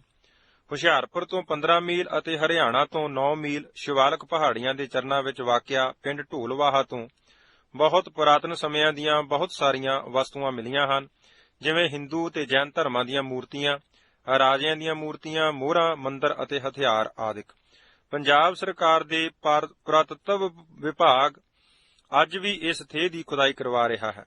ਅਜੜਾਮ ਦਾ ਥੇਹ ਹੁਸ਼ਿਆਰਪੁਰ ਤੋਂ ਫਗਵਾੜਾ ਜਾਣ ਵਾਲੀ ਸੜਕ ਪਿੰਡ ਅਹਿਰਾਣਾ ਕਲਾਂ ਦੇ ਲਹਿੰਦੇ ਪਾਸੇ 2.5-3 ਮੀਲ ਤੇ ਸਥਿਤ ਹੈ, ਜੋ ਢੋਲਵਾਹਾ ਦੇ ਥੇਹ ਨਾਲੋਂ ਵੀ ਪੁਰਾਣਾ ਜਾਪਦਾ ਹੈ। ਇੱਥੋਂ ਮੌਰੀਆ ਤੇ ਗੁਪਤਾ ਬਾਦਸ਼ਾਹਾਂ ਤੋਂ ਵੀ ਬਹੁਤ ਪਹਿਲਾਂ ਦੇ ਪੈਸੇ, ਸਿੱਕੇ, ਮੋਹਰਾਂ, ਮੂਰਤੀਆਂ, ਹਥਿਆਰ ਅਤੇ ਢੇਰੀ ਹੋਏ ਪਏ ਇਨਸਾਨਾਂ ਤੇ ਪਸ਼ੂਆਂ ਦੇ ਪਿੰਜਰ ਮਿਲੇ ਹਨ। ਜ਼ਹੂਰਾ ਦਾ ਥੇਹ ਜਲੰਧਰ ਤੇ ਦਸੂਹਾ ਵਾਲੀ ਸੜਕ ਦੇ ਲਹਿੰਦੇ ਪਾਸੇ ਟਾਂਡਾ ਉੜਮੜ ਤੋਂ 3-4 ਮੀਲਾਂ ਤੇ ਦੱਖਣ ਵੱਲ ਵਾਕਿਆ ਹੈ, ਪਰ ਇਹ ਥੇਹ ਰਾਮਪੁਰ ਖੇੜਾ ਨਾਲੋਂ ਬਹੁਤ ਘੱਟ ਪੁਰਾਣਾ ਹੈ, ਜਿਸ ਵਿੱਚੋਂ ਸਿਰਫ 200 ਸਾਲ ਦੀਆਂ ਹੀ ਪੁਰਾਣੀਆਂ ਵਸਤੂਆਂ ਮਿਲੀਆਂ ਹਨ। ਰਾਮਪੁਰ ਖੇੜਾ ਥੇਹ। ਉਪਰੋਕਤ ਸਾਰਿਆਂ ਥੇਹਾਂ ਨਾਲੋਂ ਰਾਮਪੁਰ ਖੇੜਾ ਥੇਹ ਦੀ ਵੱਖਰੀ ਗੱਲ ਹੈ। ਪੰਜਾਬ ਦੇ ਸਾਰੇ ਪੁਰਾਤਨ ਥੇਹਾਂ ਵਿੱਚੋਂ ਇਹ ਥੇਹ ਸਰਾਪਿਆ ਥੇਹ ਹੈ। ਸਰਾਪਿਆ ਥੇਹ ਇਸ ਲਈ ਆਖਿਆ ਜਾਂਦਾ ਹੈ ਕਿ ਕਿਸੇ ਸਮੇਂ ਅਚਾਨਕ ਰੱਬੀ ਕਰੋਪ ਨੇ ਇਸ ਪਿੰਡ ਨੂੰ ਗਰਕ ਕਰ ਦਿੱਤਾ ਸੀ, ਜੋ ਕਈ ਸਦੀਆਂ ਗੁਜ਼ਰ ਜਾਣ ਨਾਲ ਵੀ ਬਾਕੀ ਦੇ ਸੰਯੁਕਤ ਪੰਜਾਬ ਦੇ ਥੇਹਾਂ ਵਾਂਗ ਇਸ ਥੇਹ ਤੇ ਮੁੜ ਵਸੋਂ ਨਹੀਂ ਹੋ ਸਕੀ। ਰੱਬੀ ਕਰੋਪੀ ਨੂੰ ਰੱਬ ਦਾ ਨਾਂ ਹੀ ਦੂਰ ਕਰ ਸਕਦਾ ਹੈ, ਜੋ ਸੱਚਖੰਡ ਵਾਸੀ ਸੰਤ ਬਾਬਾ ਹਰਨਾਮ ਸਿੰਘ ਜੀ ਦੀ ਘੋਰ ਤਪੱਸਿਆ ਦੇ ਸਦਕੇ ਇੱਥੇ ਮੁੜ ਵਸੋਂ ਹੋਈ। ਰਾਮਪੁਰ ਖੇੜਾ ਦਾ ਥੇਹ ਮੋਹਜੰਦਰੋ ਮੋਇਆਂ ਦੀ ਢੇਰੀ, ਸਿੰਧ, ਪਾਕਿਸਤਾਨ ਦੇ ਥੇਹ ਵਾਂਗ ਹੀ ਅਚਾਨਕ ਗਰਕ ਹੋ ਗਿਆ ਸੀ। ਸੰਤ ਬਾਬਾ ਹਰਨਾਮ ਸਿੰਘ ਜੀ ਨੇ ਸਮੇਂ-ਸਮੇਂ ਸਿਰ ਇਸ ਥੇਹ ਅੰਦਰ ਗਰਕ ਹੋਈਆਂ ਰੂਹਾਂ ਅਤੇ ਹੋਰ ਕਈ ਵਾਪਰੀਆਂ ਘਟਨਾਵਾਂ ਦਾ ਜ਼ਿਕਰ ਖੁੱਲ੍ਹੇ ਤੌਰ ਤੇ ਆਪਣੇ ਸੇਵਕਾਂ ਪਾਸ ਕੀਤਾ ਸੀ, ਤੇ ਉਹਨਾਂ ਦਾ ਝਲਕਾਰਾ ਸਾਫ਼-ਸਾਫ਼ ਇਸ ਪੁਸਤਕ ਵਿੱਚ ਸੰਤ ਬਾਬਾ ਸੇਵਾ ਸਿੰਘ ਜੀ ਨੇ ਅੰਕਿਤ ਕੀਤਾ ਹੈ। ਭਾਰਤ ਦੀ ਇਹ ਬਦਕਿਸਮਤੀ ਰਹੀ ਹੈ ਕਿ ਮੁਸਲਮਾਨਾਂ ਦੇ ਸਮੇਂ ਦੇ ਰਿਕਾਰਡ ਸੰਭਾਲੇ ਨਹੀਂ ਗਏ। ਸੁਭਾਵਕ ਹੀ ਹਿੰਦੂ ਰਾਜਿਆਂ ਦੇ ਸਮਿਆਂ ਦੇ ਹਾਲਾਤ ਇਸ ਤਰ੍ਹਾਂ ਦਰਜ ਹੋਏ ਨਹੀਂ ਮਿਲਦੇ ਜਿਵੇਂ ਮੁਸਲਮਾਨਾਂ ਦੇ ਸਮੇਂ ਦੇ ਸਨ। ਮੁਸਲਮਾਨ, ਅੰਗਰੇਜ਼ ਅਤੇ ਯਹੂਦੀ ਕੌਮਾਂ ਇਤਿਹਾਸ ਨੂੰ ਪੱਕੇ ਪੈਰੀਂ ਲਿਖਦੀਆਂ ਅਤੇ ਸੰਭਾਲਦੀਆਂ ਆਈਆਂ ਹਨ, ਜਿਸ ਦੀ ਭਾਰਤ ਵਿੱਚ ਹਰ ਸਮੇਂ ਥੁੜ ਰਹੀ ਹੈ। ਸਿਰਫ ਅਕਬਰ ਬਾਦਸ਼ਾਹ ਦੇ ਸਮੇਂ ਭਾਰਤੀ ਇਤਿਹਾਸ ਨੂੰ ਪਹਿਲਾ ਮੌਕਾ ਮਿਲਿਆ, ਜਦ ਕਿ ਅਕਬਰ ਦੇ ਦਰਬਾਰੀਆਂ ਨੇ ਭਾਰਤੀ ਜੀਵਨ ਦੇ ਹਰ ਤੱਥ ਦਾ ਰਿਕਾਰਡ ਕਾਇਮ ਕੀਤਾ। ਆਇਨੇ ਅਕਬਰੀ ਕਰਤਾ ਵਜ਼ੀਰ ਅਬੂ ਫਜ਼ਲ ਦਾ ਪਹਿਲਾ ਗੇਜ਼ੀਟੀਅਰ ਆਫ ਇੰਡੀਆ ਹੈ, ਜਿਸ ਵਿੱਚ ਭਾਰਤ ਦੇ ਹਰ ਸੂਬੇ ਦੀ ਜ਼ਮੀਨ, ਪਹਾੜਾਂ ਅਤੇ ਨਦੀਆਂ ਨਾਲਿਆਂ ਨੂੰ ਮਾਪਿਆ, ਜ਼ਮੀਨਦਾਰਾਂ ਨੂੰ ਸਰਕਾਰੀ ਪਟੇ ਦੇ ਕੇ ਜ਼ਮੀਨਾਂ ਤੇ ਜਾਇਦਾਦਾਂ ਦੇ ਮਾਲਕ ਬਣਾਇਆ, ਜੋ ਭਾਰਤ ਲਈ ਅਕਬਰ ਬਾਦਸ਼ਾਹ ਦੀ ਇੱਕ ਸਦੀਵੀ ਦੇਣ ਸੀ। ਅੰਗਰੇਜ਼ ਸਰਕਾਰ ਨੇ ਮੁਗਲ ਬਾਦਸ਼ਾਹਾਂ ਦੇ ਢਾਂਚੇ ਨੂੰ ਹੀ ਥੋੜ੍ਹੀ ਬਹੁਤੀ ਸੋਧ ਕਰਕੇ ਜਾਰੀ ਰੱਖਿਆ। ਅੰਗਰੇਜ਼ ਸਰਕਾਰ ਦੀ ਆਮਦ। ਅੰਗਰੇਜ਼ ਸਰਕਾਰ ਨੇ ਪੰਜਾਬ ਦੇ ਸੂਬੇ ਨੂੰ ਪੱਕੀ ਤਰ੍ਹਾਂ 1849 ਈਸਵੀ ਵਿੱਚ ਅੰਗਰੇਜ਼ੀ ਹਕੂਮਤ ਵਿੱਚ ਸ਼ਾਮਲ ਕੀਤਾ ਸੀ, ਪਰ 1846 ਈਸਵੀ ਵਿੱਚ ਸਿੱਖਾਂ ਦੇ ਅੰਗਰੇਜ਼ਾਂ ਦੀ ਪਹਿਲੀ ਲੜਾਈ ਸਮੇਂ ਦਰਿਆ ਬਿਆਸ ਤੱਕ ਦਾ ਪੰਜਾਬ ਅੰਗਰੇਜ਼ ਸਰਕਾਰ ਦੇ ਪੇਟੇ ਪੈ ਚੁੱਕਾ ਸੀ। ਪੰਜਾਬ ਦੇ ਸਾਰੇ ਜ਼ਿਲ੍ਹਿਆਂ ਵਿੱਚੋਂ ਸਭ ਤੋਂ ਪਹਿਲਾਂ ਜ਼ਿਲ੍ਹਾ ਹੁਸ਼ਿਆਰਪੁਰ ਦਾ ਬੰਦੋਬਸਤ 1852 ਵਿੱਚ ਕੀਤਾ ਸੀ। ਇਸ ਬੰਦੋਬਸਤ ਸਮੇਂ ਮਾਲ ਦੇ ਮਹਿਕਮੇ ਦੇ ਬੜੇ ਤਜਰਬੇਕਾਰ ਅਫਸਰਾਂ ਨੂੰ ਇਹ ਕੰਮ ਸੰਭਾਲਿਆ ਗਿਆ, ਜਿਨ੍ਹਾਂ ਦੀ ਦੇਖਭਾਲ ਡਿਪਟੀ ਕਮਿਸ਼ਨਰ ਆਪ ਕਰਦਾ ਸੀ। ਬੰਦੋਬਸਤ ਸਮੇਂ ਹਰ ਪਿੰਡ ਦੀ ਜ਼ਮੀਨ ਹਰ ਮਾਲਕ ਨੂੰ ਉਸ ਦੇ ਹਿੱਸੇ ਮੁਤਾਬਕ ਸਰਕਾਰੀ ਤੌਰ ਤੇ ਦਰਜ ਕੀਤੀ ਗਈ, ਜਿਸ ਦਾ ਸਦੀਵੀ ਰਿਕਾਰਡ ਅੱਜ ਤੱਕ ਚੱਲਿਆ ਆ ਰਿਹਾ ਹੈ। ਇਸ ਮੌਕੇ ਤੇ ਜਾਇਦਾਦ ਦੀ ਵੰਡ ਦੇ ਨਾਲ-ਨਾਲ ਇੱਕ ਬਹੁਤ ਨਿੱਘਰ ਕੰਮ ਇਹ ਹੋਇਆ ਕਿ ਹਰ ਪਿੰਡ ਨੂੰ ਸਰਕਾਰੀ ਰਿਕਾਰਡਾਂ ਵਿੱਚ ਬਣਨ ਵੇਲੇ ਉਸ ਪਿੰਡ ਦੇ ਵੱਡੇ ਵਡੇਰਿਆਂ ਪਾਸੋਂ ਦਰਜ ਕੀਤੇ ਗਏ ਹਰ ਤੱਥ ਦੀ ਤਸਦੀਕ ਕਰਵਾਈ ਤੇ ਨਾਲ ਹੀ ਉਸ ਪਿੰਡ ਦੇ ਇਤਿਹਾਸ ਨੂੰ ਉਸ ਪਿੰਡ ਅਤੇ ਇਲਾਕੇ ਦੇ ਸਿਆਣੇ ਲੋਕਾਂ ਪਾਸੋਂ ਪੁੱਛ ਕੇ ਦਰਜ ਕੀਤਾ ਕਿ ਉਹ ਪਿੰਡ ਕਦ ਅਤੇ ਕਿਸ ਨੇ ਕਿਸ ਸਮੇਂ ਆਬਾਦ ਕੀਤਾ ਸੀ। ਇਸ ਪਿੰਡ ਦੀਆਂ ਪਵਿੱਤਰ ਥਾਵਾਂ ਜਿਵੇਂ ਗੁਰਦੁਆਰੇ, ਮੰਦਰ, ਮਸਜਿਦਾਂ ਅਤੇ ਥੇਹਾਂ ਦਾ ਹਾਲ ਵੀ ਦਰਜ ਕਰਵਾਇਆ ਗਿਆ। ਤਲਵੰਡੀ ਜੱਟਾਂ, ਜੋ ਉਸ ਵੇਲੇ ਪੋਟੇ ਜੱਟਾਂ ਦਾ ਪਿੰਡ ਸੀ, ਦੇ ਪੰਚਾਂ ਨੇ ਰਾਮਪੁਰ ਖੇੜਾ ਥੇ ਬਾਰੇ ਇੰਨਾ ਹੀ ਦੱਸਿਆ ਹੈ ਕਿ ਇਸ ਪਿੰਡ ਦੇ ਲਹਿੰਦੇ ਵੱਲ 400 ਕਰਮਾਂ ਦੀ ਵਿੱਥ ਤੇ ਇੱਕ ਥੇ ਹੈ ਜੋ ਬੜਾ ਸਗਤਾ ਥੇ ਹੈ, ਗੈਰ ਆਬਾਦ ਹੈ। ਇਹ ਬਿਆਨ 1852 ਈਸਵੀ ਦਾ ਹੈ। ਦੰਦ ਕਥਾ। ਇਹ ਗੱਲ ਸੁਣਨ ਵਿੱਚ ਆਈ ਹੈ ਕਿ ਰਾਮਪੁਰ ਖੇੜੇ ਦਾ ਥੇ ਈਸਵੀ ਸਦੀ ਤੋਂ 300 ਸਾਲ ਪਹਿਲਾਂ ਘੁੱਗ ਵਸਦਾ ਪਿੰਡ ਸੀ। ਹੁਸ਼ਿਆਰਪੁਰ ਇਲਾਕੇ ਦੇ 4 ਰਾਜਿਆਂ ਦੀਆਂ ਰਿਆਸਤਾਂ ਨੰਦਾਚੌਰ, ਅਲਾਚੌਰ, ਬਲਾਚੌਰ ਤੇ ਗੁਣਾਚੌਰ ਸਮੇਂ ਇਸ ਘੁੱਗ ਵਸਦੇ ਪਿੰਡ ਦਾ ਥੇ ਪੈ ਚੁੱਕਾ ਸੀ। ਚੌਰ ਦੇ ਅਰਥ ਹਨ ਤਾਜ, ਤਖਤ, ਗੱਦੀ। ਇਹ 4 ਰਾਜੇ ਸਮਕਾਲੀ ਹੋਏ ਹਨ ਤੇ ਮਹਾਭਾਰਤ ਦੇ ਜੰਗ ਸਮੇਂ ਵੀ ਚੜ੍ਹਦੀਆਂ ਕਲਾਂ ਵਿੱਚ ਸਨ। ਪਾਂਡਵਾਂ ਨੇ ਹਾਰ ਖਾਣ ਪਿੱਛੋਂ ਇਸ ਜ਼ਿਲ੍ਹੇ ਵਿੱਚ ਹੀ ਬਨਵਾਸ ਕੱਟਿਆ ਸੀ। ਲਿਖਤੀ ਰਿਕਾਰਡਾਂ ਅਤੇ ਦੰਦ ਕਥਾਵਾਂ ਅਨੁਸਾਰ ਉਹ ਕਾਫੀ ਸਮਾਂ ਦਸੂਹਾ, ਗੜ੍ਹਦੀਵਾਲਾ, ਰਾਮਪੁਰ ਖੇੜਾ, ਢੋਲਵਾਹਾ, ਨੰਦਾਚੌਰ, ਭਾਮ, ਲਸਾੜਾ ਵਿੱਚ ਆਮ ਵਿਚਰਦੇ ਰਹੇ ਸਨ। ਰਿਕਾਰਡਾਂ ਵਿੱਚ ਆਈ ਇਹ ਗੱਲ ਸਪਸ਼ਟ ਹੈ ਕਿ ਮਹਾਭਾਰਤ ਜੰਗ ਵਿੱਚ ਹਾਰ ਖਾ ਕੇ ਪਾਂਡਵ 13 ਸਾਲ ਦਸੂਹੇ ਦੇ ਰਾਜੇ ਵਿਰਾਟ ਦੀ ਸੇਵਾ ਵਿੱਚ ਰਹੇ ਸਨ ਤੇ ਇਹਨਾਂ 13 ਸਾਲਾਂ ਵਿੱਚ ਹੁਸ਼ਿਆਰਪੁਰ ਦੇ ਇਲਾਕੇ ਵਿੱਚ ਹੀ ਰਹੇ। ਦਸੂਹਾ ਦੇ ਵਾਸੀ ਅੱਜ ਤੱਕ ਨਿਰਮੇ ਮੂੰਹ ਦਸੂਹਾ ਨੂੰ ਵਿਰਾਟ ਦੀ ਨਗਰੀ ਆਖਦੇ ਹਨ। ਵਿਰਾਟ ਰਾਜਾ ਬੜਾ ਧਰਮਾਤਮਾ, ਪ੍ਰਜਾ ਪਾਲਕ ਤੇ ਬੜਾ ਯੋਧਾ ਸੀ। ਉਸ ਦੇ ਰਾਜ ਵਿੱਚ ਪ੍ਰਜਾ ਬੜੀ ਸੁਖੀ ਸੀ। ਲੋਕੀ ਉਸ ਦੀ ਦੇਵਤਿਆਂ ਵਾਂਗ ਇੱਜ਼ਤ ਮਾਨ ਕਰਦੇ ਸਨ। ਉਹ ਰਵਾਇਤ ਰਾਜਾ ਵਿਰਾਟ ਦੀ ਮਹਾਨਤਾ ਤੇ ਹਰਮਨ ਪਿਆਰਾ ਹੋਣ ਦੀ ਪ੍ਰਤੀਕ ਸੀ। ਦਸੂਹਾ ਮੁਗਲ ਰਾਜ ਵਿੱਚ ਵੀ ਬੜੀ ਰਾਜਨੀਤਿਕ ਮਹੱਤਤਾ ਵਾਲੀ ਥਾਂ ਰਹੀ ਹੈ। ਅਕਬਰ ਬਾਦਸ਼ਾਹ ਦੇ ਸਮੇਂ ਹੁਸ਼ਿਆਰਪੁਰ ਅਤੇ ਬਜਵਾੜਾ ਅਜੇ ਹੋਂਦ ਵਿੱਚ ਨਹੀਂ ਸਨ ਆਏ। ਬਾਬਰ ਦੇ ਹੱਲਿਆਂ ਤੱਕ ਇਹ ਇਲਾਕਾ ਚੰਦਰਬੰਸੀ ਰਾਜਪੂਤਾਂ ਦੇ ਅਧੀਨ ਰਿਹਾ, ਜਿਸ ਦੇ ਜਾਨਸ਼ੀਨ ਸਨ 1947 ਤੱਕ ਛੋਟੀਆਂ-ਮੋਟੀਆਂ ਰਿਆਸਤਾਂ ਦੇ ਰਾਜੇ ਰਹੇ। ਮੁਸਲਮਾਨ ਕਾਲ। ਭਾਰਤ ਵਿੱਚ ਮੁਸਲਮਾਨਾਂ ਦਾ ਰਾਜ ਭਾਵੇਂ 8ਵੀਂ ਸਦੀ ਤੋਂ ਆਰੰਭ ਹੋਇਆ ਸੀ, ਪਰ ਪਾਣੀਪਤ ਦੀ ਪਹਿਲੀ ਲੜਾਈ 1526 ਈਸਵੀ ਤੱਕ ਇਸ ਇਲਾਕੇ ਵਿੱਚ ਚੰਦਰਬੰਸੀ ਕੁਲ ਦੇ ਰਾਜਿਆਂ ਦਾ ਹੀ ਰਾਜ ਰਿਹਾ ਸੀ। ਫਿਰ ਵੀ ਮੁਸਲਮਾਨਾਂ ਦਾ ਇਕਤਦਾਰ ਬਾਕੀ ਪੰਜਾਬ ਅਤੇ ਭਾਰਤ ਵਾਂਗ ਇਸ ਇਲਾਕੇ ਵਿੱਚ ਵੀ ਵੱਧਦਾ ਸਿਖਰ ਤੇ ਪੁੱਜ ਗਿਆ ਸੀ। ਅਮੀਰ ਤੈਮੂਰ ਦਾ ਹੱਲਾ। ਜਨਵਰੀ 1399 ਈਸਵੀ ਨੂੰ ਅਮੀਰ ਤੈਮੂਰ ਦਿੱਲੀ ਦੀ ਮਾਰ ਵੱਢ ਅਤੇ ਲੁੱਟਮਾਰ ਕਰਨ ਪਿੱਛੋਂ ਕਾਂਗੜਾ ਦੇ ਮੰਦਰਾਂ ਨੂੰ ਢਾਹੁਣ ਅਤੇ ਹਿੰਦੂ ਰਾਜਿਆਂ ਨੂੰ ਲੁੱਟਣ ਲਈ ਦੂਨ ਦੇ ਰਸਤੇ ਰੋਪੜ ਤੋਂ ਕਾਂਗੜੇ ਵੱਲ ਵਧਿਆ ਸੀ। ਉਸ ਸਮੇਂ ਇਸ ਇਲਾਕੇ ਦੇ ਲੋਕਾਂ ਨੂੰ ਭਾਰੀ ਭੱਜ ਦੌੜ ਪਈ ਸੀ। ਭਾਵੇਂ ਅਮੀਰ ਤੈਮੂਰ ਦਾ ਧਾਵਾ ਕਾਂਗੜੇ ਤੇ ਹੀ ਸੀ, ਪਰ ਫੌਜ ਦੇ ਕੁਝ ਦਸਤੇ ਗੜ੍ਹ ਸ਼ੰਕਰ, ਹਰਿਆਣਾ, ਦਸੂਹਾ ਤੇ ਪਠਾਨਕੋਟ ਵਿੱਚ ਦੀ ਲੰਘਦੇ ਹੋਏ ਜੰਮੂ ਲਾਗੇ ਤੈਮੂਰ ਦੀਆਂ ਫੌਜਾਂ ਨੂੰ ਮਿਲੇ ਸਨ। ਇਹਨਾਂ ਮੁਸਲਮਾਨ ਦਸਤਿਆਂ ਨੇ ਵੀ ਰਸਤੇ ਵਿੱਚ ਲੋਕਾਂ ਦੀ ਮਾਰ ਵੱਢ ਅਤੇ ਲੁੱਟਮਾਰ ਕੀਤੀ ਸੀ। ਰਵਾਇਤ ਹੈ ਕਿ ਉਹਨਾਂ ਫੌਜੀ ਦਸਤਿਆਂ ਵਿੱਚੋਂ ਕੁਝ ਕੁ ਨੇ ਇਸ ਥੇ ਪਰ ਹਫ਼ਤਾ 2 ਹਫ਼ਤਾ ਗੁਜ਼ਾਰੇ ਸਨ। ਇਸ ਇਲਾਕੇ ਦੇ ਮੁਲਾਣਿਆਂ ਨੇ ਫੌਜੀ ਦਸਤਿਆਂ ਨੂੰ ਰਾਸ਼ਨ ਪਾਣੀ ਵੀ ਪੁੱਜਦਾ ਕੀਤਾ ਸੀ। ਬਾਬਰ ਸਮੇਂ। ਤੁਜ਼ਕੇ ਬਾਬਰੀ ਵਿੱਚ ਬਾਬਰ ਦੀ ਸਵਾਨਿਆ ਉਮਰੀ ਬਾਬਰ ਪਹਿਲੇ ਮੁਗਲ ਬਾਦਸ਼ਾਹ ਨੇ ਰਾਮਪੁਰ ਖੇੜੇ ਦੇ ਆਲੇ ਦੁਆਲੇ ਦਾ ਇਤਿਹਾਸ ਲਿਖਿਆ ਹੈ, ਜੋ ਬੜਾ ਮਹੱਤਵਪੂਰਨ ਹੈ। ਬਾਬਰ ਦੀਆਂ ਫੌਜਾਂ ਪਾਣੀਪਤ ਦੀ ਪਹਿਲੀ ਲੜਾਈ 1526 ਈਸਵੀ ਦੀ ਲੜਨ ਤੋਂ ਪਹਿਲਾਂ ਲਾਹੌਰ ਅਤੇ ਕਲਾਨੌਰ ਤੋਂ ਕਾਹਨੂੰਵਾਨ ਲੰਘ ਕੇ ਬਿਆਸ ਦਰਿਆ ਪਾਰ ਕਰਕੇ ਗੁਰਦੁਆਰਾ ਗਰਨਾ ਸਾਹਿਬ, ਜੋ ਅਜੇ ਹੋਂਦ ਵਿੱਚ ਨਹੀਂ ਸੀ ਆਇਆ, ਦਸੂਹਾ ਤੋਂ ਹੇਠਾਂ ਲੰਘ ਕੇ ਬਾਬਰ ਦੀਆਂ ਫੌਜਾਂ ਰਾਮਪੁਰ ਖੇੜੇ ਦੇ ਥੇ ਤੇ ਪੁੱਜੀਆਂ ਸਨ। ਉੱਚੀ ਅਤੇ ਸੁਰੱਖਿਅਤ ਥਾਂ ਵੇਖ ਕੇ ਕਿਲ੍ਹਾ ਮਲੌਤ, ਜਿਸ ਦੇ ਖੰਡਰਾਤ ਅੱਜ ਵੀ ਹਰਿਆਣਾ ਕਸਬੇ ਵੱਲੋਂ ਚੜ੍ਹਦੇ ਵੱਲ 3-4 ਮੀਲਾਂ ਦੀ ਵਿੱਥ ਤੇ ਵੇਖੇ ਜਾ ਸਕਦੇ ਹਨ, ਹੱਲਾ ਕਰਨ ਤੋਂ ਪਹਿਲਾਂ ਸਾਰੀ ਫੌਜ ਨੂੰ ਇਸ ਥੇਹ ਤੇ ਤਰਤੀਬ ਦਿੱਤੀ ਗਈ। ਹੱਲੇ ਤੋਂ 3-4 ਦਿਨ ਪਹਿਲਾਂ ਕਿਲ੍ਹਾ ਮਲੌਤ ਦੇ ਦੁਆਲੇ ਦੀ ਵਾਕਫੀਅਤ ਅਤੇ ਦੌਲਤ ਖਾਂ ਦੀ ਫੌਜ ਦਾ ਅੰਦਾਜ਼ਾ ਲਾਉਣ ਲਈ ਬਾਬਰ ਬਾਦਸ਼ਾਹ ਵੱਲੋਂ ਹਰ ਪਾਸੇ ਜਸੂਸ ਭੇਜੇ ਗਏ, ਜਿਨ੍ਹਾਂ ਵਿੱਚੋਂ ਹਰਿਆਣਾ, ਬਜਵਾੜਾ ਅਤੇ ਇਰਦ-ਗਿਰਦ ਦੀਆਂ ਬਸਤੀਆਂ ਦੇ ਗਦਾਰ ਪਠਾਨ ਵੀ ਸ਼ਾਮਲ ਸਨ। ਦੌਲਤ ਖਾਂ ਦੀ ਮਕਾਰੀ। ਦੌਲਤ ਖਾਂ ਲੋਧੀ ਗਵਰਨਰ ਪੰਜਾਬ ਨੇ ਕਿਲ੍ਹਾ ਮਲੌਤ ਨੂੰ ਆਪਣੀ ਪੂਰੀ ਡਿਫੈਂਸ ਲਾਈਨ ਬਣਾ ਰੱਖਿਆ ਸੀ। ਲਾਹੌਰੋਂ ਭੇਜ ਕੇ ਮੁਗਲ ਫੌਜਾਂ ਨਾਲ ਟੱਕਰ ਲੈਣ ਲਈ ਦੌਲਤ ਖਾਂ ਨੇ ਕਿਲ੍ਹਾ ਮਲੌਤ ਵਿੱਚ ਪੂਰੀ ਤਿਆਰੀ ਕੀਤੀ ਹੋਈ ਸੀ। ਦੌਲਤ ਖਾਂ ਬਾਬਰ ਨਾਲ ਆਖਰੀ ਸਮੇਂ ਵੀ ਸੁਲ੍ਹਾ ਕਰਨੀ ਚਾਹੁੰਦਾ ਸੀ, ਪਰ ਬਾਬਰ ਨੇ ਉਸ ਦੀ ਬਦਨੀਤੀ, ਮਕਾਰੀ ਤੇ ਗਦਾਰੀ ਨੂੰ ਚੰਗੀ ਤਰ੍ਹਾਂ ਅਜਮਾਇਆ ਹੋਇਆ ਸੀ। ਉਸ ਦੇ ਮਕਰ ਫਰੇਬ ਤੇ ਧੋਖੇ ਵਿੱਚ ਫਸਣਾ ਨਹੀਂ ਸੀ ਚਾਹੁੰਦਾ। ਦੌਲਤ ਖਾਂ ਦਾ ਖਿਆਲ ਸੀ ਕਿ ਬਾਬਰ ਇਸ ਪਾਸੇ ਨੂੰ ਅੱਖਾਂ ਓਹਲੇ ਕਰਕੇ ਸਿੱਧਾ ਹੀ ਇਬਰਾਹੀਮ ਨਾਲ ਟੱਕਰ ਜਾ ਲਵੇਗਾ ਤੇ ਦੌਲਤ ਖਾਂ ਬਾਬਰ ਉੱਤੇ ਪਿੱਛੋਂ ਹੱਲਾ ਕਰਕੇ ਬਾਬਰ ਨੂੰ ਹਾਰ ਦੇ ਕੇ ਇਬਰਾਹੀਮ ਪਾਸੋਂ ਕਾਫੀ ਕੁਝ ਪ੍ਰਾਪਤ ਕਰਕੇ ਮੁੜ ਪੰਜਾਬ ਦਾ ਗਵਰਨਰ ਬਣ ਕੇ ਕਿਸੇ ਸਮੇਂ ਮੌਕਾ ਮਿਲਣ ਤੇ ਦਿੱਲੀ ਦੇ ਰਾਜ ਨੂੰ ਪ੍ਰਾਪਤ ਕਰ ਸਕੇਗਾ। ਪਰ ਬਾਬਰ ਕੱਚੀਆਂ ਗੋਲੀਆਂ ਦਾ ਖਿਡਾਰੀ ਨਹੀਂ ਸੀ। ਉਹ ਫਰਗਾਨਾ ਤੋਂ ਲੈ ਕੇ ਲਾਹੌਰ ਤੱਕ ਮੁਲਕ ਜਿੱਤ ਕੇ ਹੁਣ ਸੋਨੇ ਦੀ ਚਿੜੀ ਨੂੰ ਕਾਬੂ ਕਰਨਾ ਚਾਹੁੰਦਾ ਸੀ।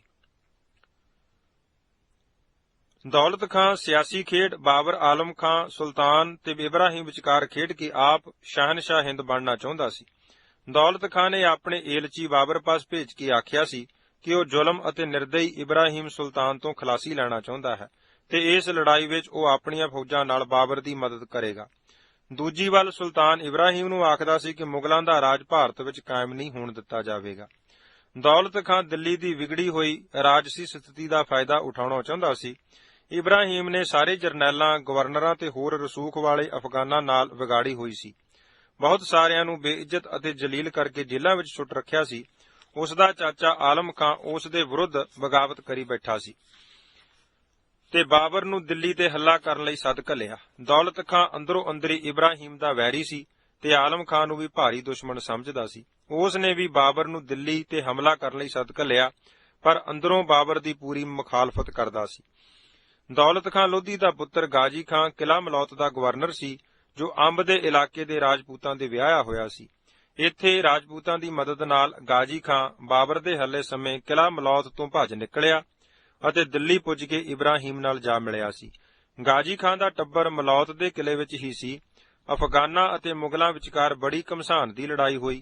ਭਾਰਤੀ ਇਤਿਹਾਸਕਾਰ ਮੁਗਲ ਰਾਜ ਦੀ ਬੁਨਿਆਦ ਇਸੇ ਲੜਾਈ ਦੀ ਜਿੱਤ ਨੂੰ ਆਖਦੇ ਹਨ, ਕਿਉਂਕਿ ਦੌਲਤ ਖਾਂ ਲੋਧੀ ਅਤੇ ਆਲਮ ਖਾਂ ਲੋਧੀ ਦੀਆਂ ਹਾਰਾਂ ਭਾਰਤੀ ਅਫਗਾਨ ਰਾਜ ਨੂੰ ਸਦੀਵੀ ਸੱਟ ਸੀ। ਕਿਲ੍ਹਾ ਮਲੌਤ ਦੀ ਜੰਗ। ਕਿਲ੍ਹਾ ਮਲੌਤ ਦੀ ਲੜਾਈ ਦੀ ਕਮਾਨ ਬਾਬਰ ਨੂੰ ਆਪ ਕਰਨੀ ਪਈ ਸੀ। ਦੌਲਤ ਖਾਂ ਨੇ ਇਸ ਕਿਲੇ ਵਿੱਚ ਵੱਧ ਤੋਂ ਵੱਧ ਫੌਜ, ਦਾਰੂ ਸਿੱਕਾ ਅਤੇ ਹਥਿਆਰ ਰੱਖੇ ਹੋਏ ਸਨ। ਇਸ ਕਿਲੇ ਵਿੱਚ ਲੋਧੀਆਂ ਦੀ ਬੜੀ ਭਾਰੀ ਪੁਸਤਕਾਲਾ ਤੇ ਧਨ ਦੌਲਤ ਜਮ੍ਹਾਂ ਕੀਤੇ ਹੋਏ ਸਨ। ਘਮਸਾਨ ਦੀ ਲੜਾਈ ਦੇ ਕੁਝ ਸਮਾਂ ਪਿੱਛੋਂ ਦੋਨਾਂ ਪਾਸਿਆਂ ਦੇ ਫੌਜੀ ਕਿਲੇ ਵਿੱਚ ਰੱਖੇ ਧਨ ਦੌਲਤ ਅਤੇ ਕੀਮਤੀ ਸਮਾਨ ਨੂੰ ਲੁੱਟਣ ਲੱਗ ਪਏ। ਬਾਬਰ ਨੂੰ ਆਪ ਕੁਝ ਲੁਟੇਰਿਆਂ ਨੂੰ ਮਾਰ ਕੇ ਧਨ ਦੌਲਤ ਦੀ ਰਾਖੀ ਕਰਨੀ ਪਈ ਸੀ। ਦੌਲਤ ਖਾਂ ਨੂੰ ਹਾਰ ਹੋਈ। ਮੁਗਲ ਫੌਜਾਂ ਦੇ ਜਰਨੈਲਾਂ ਨੇ ਦੌਲਤ ਖਾਂ ਨੂੰ ਉਸ ਦੀਆਂ ਦੋਨੋਂ ਤਲਵਾਰਾਂ, ਜੋ ਅਕਸਰ ਪਹਿਨਿਆ ਕਰਦਾ ਸੀ, ਖੱਬੇ ਤੇ ਸੱਜੇ ਮੋਢਿਆਂ ਵਿੱਚ ਲਟਕਾ ਕੇ ਬਾਬਰ ਅੱਗੇ ਪੇਸ਼ ਕੀਤਾ। ਬਾਬਰ ਨੇ ਪੁੱਛਿਆ, ਤੂੰ ਮਦਦ ਕਰਨ ਦਾ ਵਾਅਦਾ ਕਰਕੇ ਬਾਗੀ ਹੋਇਆ ਹੈ, ਤੇਰੇ ਨਾਲ ਕੀ ਸਲੂਕ ਕੀਤਾ ਜਾਵੇ? ਤੇ ਉਸਨੇ ਉੱਤਰ ਦਿੱਤਾ, ਮੇਰੀ ਭੁੱਲ ਬਖਸ਼ ਕੇ ਆਪਣਾ ਗੁਲਾਮ ਬਣਾ ਲਿਆ ਜਾਵੇ। ਦੌਲਤ ਖਾਂ ਨੇ ਉੱਤਰ ਦਿੱਤਾ। ਜਿੱਤ ਦੀ ਪ੍ਰਾਪਤੀ ਪਿੱਛੋਂ ਬਾਬਰ ਨੇ ਫੁਰਤੀ ਨਾਲ ਕਾਰਵਾਈ ਕਰਦਿਆਂ ਹੋਇਆਂ ਦੌਲਤ ਖਾਂ ਨੂੰ ਕਿਲ੍ਹਾ ਸੁਲਤਾਨਪੁਰ ਲੋਧੀ ਵਿੱਚ ਕੈਦ ਕਰ ਲਿਆ। ਮਲੌਤ ਕਿਲੇ ਦੀ ਪ੍ਰਾਪਤੀ ਤੇ ਦੌਲਤ ਖਾਂ ਲੋਧੀ ਨੂੰ ਕੈਦੀ ਬਣਾਉਣ ਪਿੱਛੋਂ ਬਾਬਰ ਬਾਦਸ਼ਾਹ ਨੇ ਫੌਰੀ ਤੌਰ ਤੇ ਅਫਗਾਨ ਫੌਜਾਂ ਦੇ ਅਫਸਰਾਂ ਨੂੰ ਕੈਦੀ ਬਣਾ ਕੇ ਇਸ ਕਿਲੇ ਦੀ ਇੱਕ ਗੁੱਠ ਵਿੱਚ ਬੰਦ ਕਰਕੇ ਬਾਕੀ ਫੌਜੀਆਂ ਨੂੰ, ਜੋ ਈਨ ਮੰਨ ਗਏ, ਰਿਹਾ ਕਰ ਦਿੱਤੇ ਤੇ ਕੁਝ ਕੋ ਕਤਲ ਕਰ ਦਿੱਤੇ ਗਏ। ਕਿਲੇ ਵਿੱਚ ਦੀ ਬਹੁਮੁੱਲੀ ਲਾਇਬ੍ਰੇਰੀ, ਧਨ ਦੌਲਤ, ਕੀਮਤੀ ਕੱਪੜਾ ਲੀੜਾ ਤੇ ਹੋਰ ਲੋੜੀਂਦਾ ਸਮਾਨ ਖੱਚਰਾਂ, ਘੋੜਿਆਂ ਤੇ ਗੱਡਿਆਂ ਵਿੱਚ ਲੱਦ ਕੇ ਆਪਣੇ ਵੱਡੇ ਪੁੱਤਰ ਮਿਰਜ਼ਾ ਕਾਮਰਾਨ ਨੂੰ ਸੂਬਾ ਪੰਜਾਬ ਦਾ ਗਵਰਨਰ ਬਣਾ ਕੇ ਲਾਹੌਰ ਭੇਜ ਦਿੱਤਾ। ਇਥੋਂ ਦਾ ਪ੍ਰਬੰਧ ਆਪਣੇ ਸਭ ਤੋਂ ਛੋਟੇ ਪੁੱਤਰ ਮਿਰਜ਼ਾ ਅਸਕਰੀ ਨੂੰ ਸੰਭਾਲ ਕੇ ਆਪ ਮੁੜ ਮੁਗਲ ਫੌਜ ਨੂੰ ਤਰਤੀਬ ਦੇ ਕੇ ਸ਼ਿਵਾਲਕ ਦੀਆਂ ਪਹਾੜੀਆਂ ਦੇ ਦੂਣ ਦੇ ਰਸਤੇ ਰੋਪੜ ਪੁੱਜ ਕੇ ਪਾਣੀਪਤ ਦੀ ਪਹਿਲੀ ਲੜਾਈ ਲੜਨ ਲਈ ਕਮਰ ਕੱਸੇ ਕਰਨ ਵਿੱਚ ਮਸ਼ਗੂਲ ਹੋਇਆ। ਰਾਮਪੁਰ ਥੇ ਦਾ ਫੌਜੀ ਕੈਂਪ। ਕਿਲ੍ਹਾ ਮਲੌਤ ਦੇ ਕੂਚ ਕਰਨ ਸਮੇਂ ਦੋ ਮੁਗਲ ਫੌਜੀ ਦਸਤਿਆਂ ਦਾ ਕੈਂਪ, ਜੋ ਥੇ ਰਾਮਪੁਰ ਵਿੱਚ ਸਥਿਤ ਸੀ, ਨੂੰ ਮਿਰਜ਼ਾ ਕਾਮਰਾਨ ਦੀ ਫੌਜ ਨਾਲ ਲਾਹੌਰ ਜਾਣ ਲਈ ਆਦੇਸ਼ ਦਿੱਤੇ ਗਏ। ਮਿਰਜ਼ਾ ਕਾਮਰਾਨ ਨੂੰ ਲਾਹੌਰ ਵੱਲ ਪਰਤਦੇ ਨੂੰ ਥੇ ਰਾਮਪੁਰ ਦੇ ਕੈਂਪ ਵਿੱਚ ਨੰਦਾ ਚੌਰ ਹਰਿਆਣਾ, ਘੋੜੇਵਾਹਾ, ਟਾਂਡਾ ਉੜਮੜ ਤੇ ਚਟਾਲਾ ਦੇ ਨਾਰੂ ਮੁਸਲਮਾਨ ਰਾਜਪੂਤ ਪਿਆਰ ਨਾਲ ਅਤੇ ਸਤਿਕਾਰ ਨਾਲ ਜੀ ਆਇਆਂ ਆਖਣ ਆਏ ਸਨ। ਨਾਰੂ ਰਾਜਪੂਤਾਂ ਨੇ ਮਿਰਜ਼ਾ ਕਾਮਰਾਨ ਨੂੰ ਦਰਿਆ ਬਿਆਸ ਨੂੰ ਪਾਰ ਕਰਨ ਲਈ ਪੂਰਾ ਸਹਿਯੋਗ ਦਿੱਤਾ। ਅਕਬਰ ਬਾਦਸ਼ਾਹ ਦੇ ਵਜ਼ੀਰ ਅਬੁਲ ਫਜ਼ਲ ਦੇ ਲਿਖੇ ਅਕਬਰਨਾਮਾ ਜਿਲਦ 2 ਵਿੱਚ ਜ਼ਿਕਰ ਆਇਆ ਹੈ ਕਿ ਬੈਰਮ ਖਾਨ ਨੇ ਅਕਬਰ ਬਾਦਸ਼ਾਹ ਦੇ ਖਿਲਾਫ ਬਗਾਵਤ ਕੀਤੀ। ਅਕਬਰ ਦੀਆਂ ਫੌਜਾਂ ਨੇ ਬੈਰਮ ਖਾਨ ਨੂੰ ਤਲਵਾੜਾ ਵਿਖੇ ਆਖਰੀ ਹਾਰ ਦਿੱਤੀ ਸੀ। ਦਿੱਲੀ ਤੋਂ ਫੌਜਾਂ ਨਾਲ ਬਾਗੀ ਬੈਰਮ ਖਾਨ ਦਾ ਪਿੱਛਾ ਕਰਦਾ ਕਰਦਾ ਅਕਬਰ ਹਰਿਆਣੇ ਪੁੱਜਾ। ਕੈਦੀ ਬੈਰਮ ਖਾਨ 2 ਦਿਨ ਰਾਮਪੁਰ ਦੇ ਥੇਹ ਤੇ ਰਿਹਾ ਸੀ। ਸਮਕਾਲੀ ਇਤਿਹਾਸਕਾਰਾਂ ਨੇ ਸੰਖੇਪ ਤੌਰ ਤੇ ਬਿਆਨਿਆ ਹੈ ਕਿ ਕਦੀ ਬੈਰਮ ਖਾਨ ਨੇ ਰਮਣੀਕ ਪਰ ਵੀਰਾਨ ਪਏ ਇਸ ਰਾਮਪੁਰ ਦੇ ਥੇਹ ਤੇ 2 ਦਿਨ ਕਿਆਮ ਦੌਰਾਨ ਨਮਾਜ਼ੇ ਮਗਫਰਤ ਮੁਆਫੀ ਛੁਟਕਾਰਾ ਗੁਜ਼ਾਰੀ ਸੀ। ਹਰਿਆਣੇ ਤੋਂ ਇੱਕ ਫੌਜੀ ਦਸਤਾ ਬੈਰਮ ਖਾਨ ਨੂੰ ਇਸੇ ਥੇਹ ਤੋਂ ਲੈਣ ਆਇਆ ਸੀ। ਇਸੇ ਥੇਹ ਤੋਂ ਬੈਰਮ ਖਾਨ ਭਿੱਜਿਆ ਨੇਤਰਾਂ ਨਾਲ ਅਕਬਰ ਦੀ ਹਜ਼ੂਰੀ ਲਈ ਗਿਆ ਸੀ। ਬੈਰਮ ਖਾਨ ਨੇ ਅਕਬਰ ਨੂੰ ਗੋਦੀ ਵਿੱਚ ਲੈ ਕੇ ਖਿਲਾਇਆ, ਪੜ੍ਹਾਇਆ ਤੇ ਪਾਲਿਆ ਹੋਇਆ ਸੀ। ਹਮਾਯੂ ਦੇ ਭਾਰਤ ਤੋਂ 14 ਸਾਲ ਦੇ ਦੇਸ਼ ਨਿਕਾਲੇ ਸਮੇਂ ਮੁਗਲ ਰਾਜ ਨੂੰ ਮੁੜ ਭਾਰਤ ਵਿੱਚ ਸਥਾਪਿਤ ਕਰਨ ਵਾਲਾ ਵਫਾਦਾਰ ਜਰਨੈਲ ਬੈਰਮ ਖਾਨ ਸੀ, ਜਿਸ ਨੇ ਨਿਆਣੇ ਅਕਬਰ ਨੂੰ ਬਾਪ ਬਣ ਕੇ ਪਾਲਿਆ ਪਲੋਸਿਆ। ਉਸ ਬੈਰਮ ਖਾਨ ਨੂੰ ਜੰਜੀਰਾਂ ਵਿੱਚ ਜਕੜਿਆ ਹੋਇਆ ਤੇ ਕੈਦੀ ਹੋਇਆ ਦੇਖ ਕੇ ਅਕਬਰ ਬਾਦਸ਼ਾਹ ਦੀਆਂ ਅੱਖਾਂ ਵਿੱਚੋਂ ਆ ਮੁਹਾਰੇ ਹੰਝੂ ਕਰਨ ਲੱਗ ਪਏ। ਬੈਰਮ ਖਾਨ ਦੀਆਂ ਜੰਜੀਰਾਂ ਫੌਰਨ ਤੁੜਾਈਆਂ ਗਈਆਂ ਤੇ ਅਦਬ ਨਾਲ ਉਸ ਨੂੰ ਬਰਾਬਰ ਦੀ ਕੁਰਸੀ ਤੇ ਬਿਠਾਇਆ। ਆਪਣੇ ਮਹਾਨ ਤੇ ਵਫਾਦਾਰ ਬਾਗੀ ਜਰਨੈਲ ਨੂੰ ਹਰਿਆਣੇ ਵਿਖੇ ਮੁਆਫ ਕਰਕੇ ਉਸ ਨੂੰ ਮੱਕਾ ਸ਼ਰੀਫ ਜਾਣ ਦੇ ਹੁਕਮ ਕਰਕੇ ਅਕਬਰ ਆਪ ਰਾਮਪੁਰ, ਖੇੜਾ, ਕਾਹਨੂੰਵਾਨ ਤੇ ਕਲਾਨਾਰ ਹੁੰਦਾ ਹੋਇਆ ਲਾਹੌਰ ਪੁੱਜਾ ਸੀ। ਸਮਕਾਲੀ ਮੁਸਲਮਾਨ ਇਤਿਹਾਸਕਾਰਾਂ ਅਨੁਸਾਰ ਇਸ ਤੋਂ ਪਹਿਲਾਂ ਵੀ ਅਕਬਰ ਰਦ-ਵਲੀ ਅਹਿਦ ਸੀ।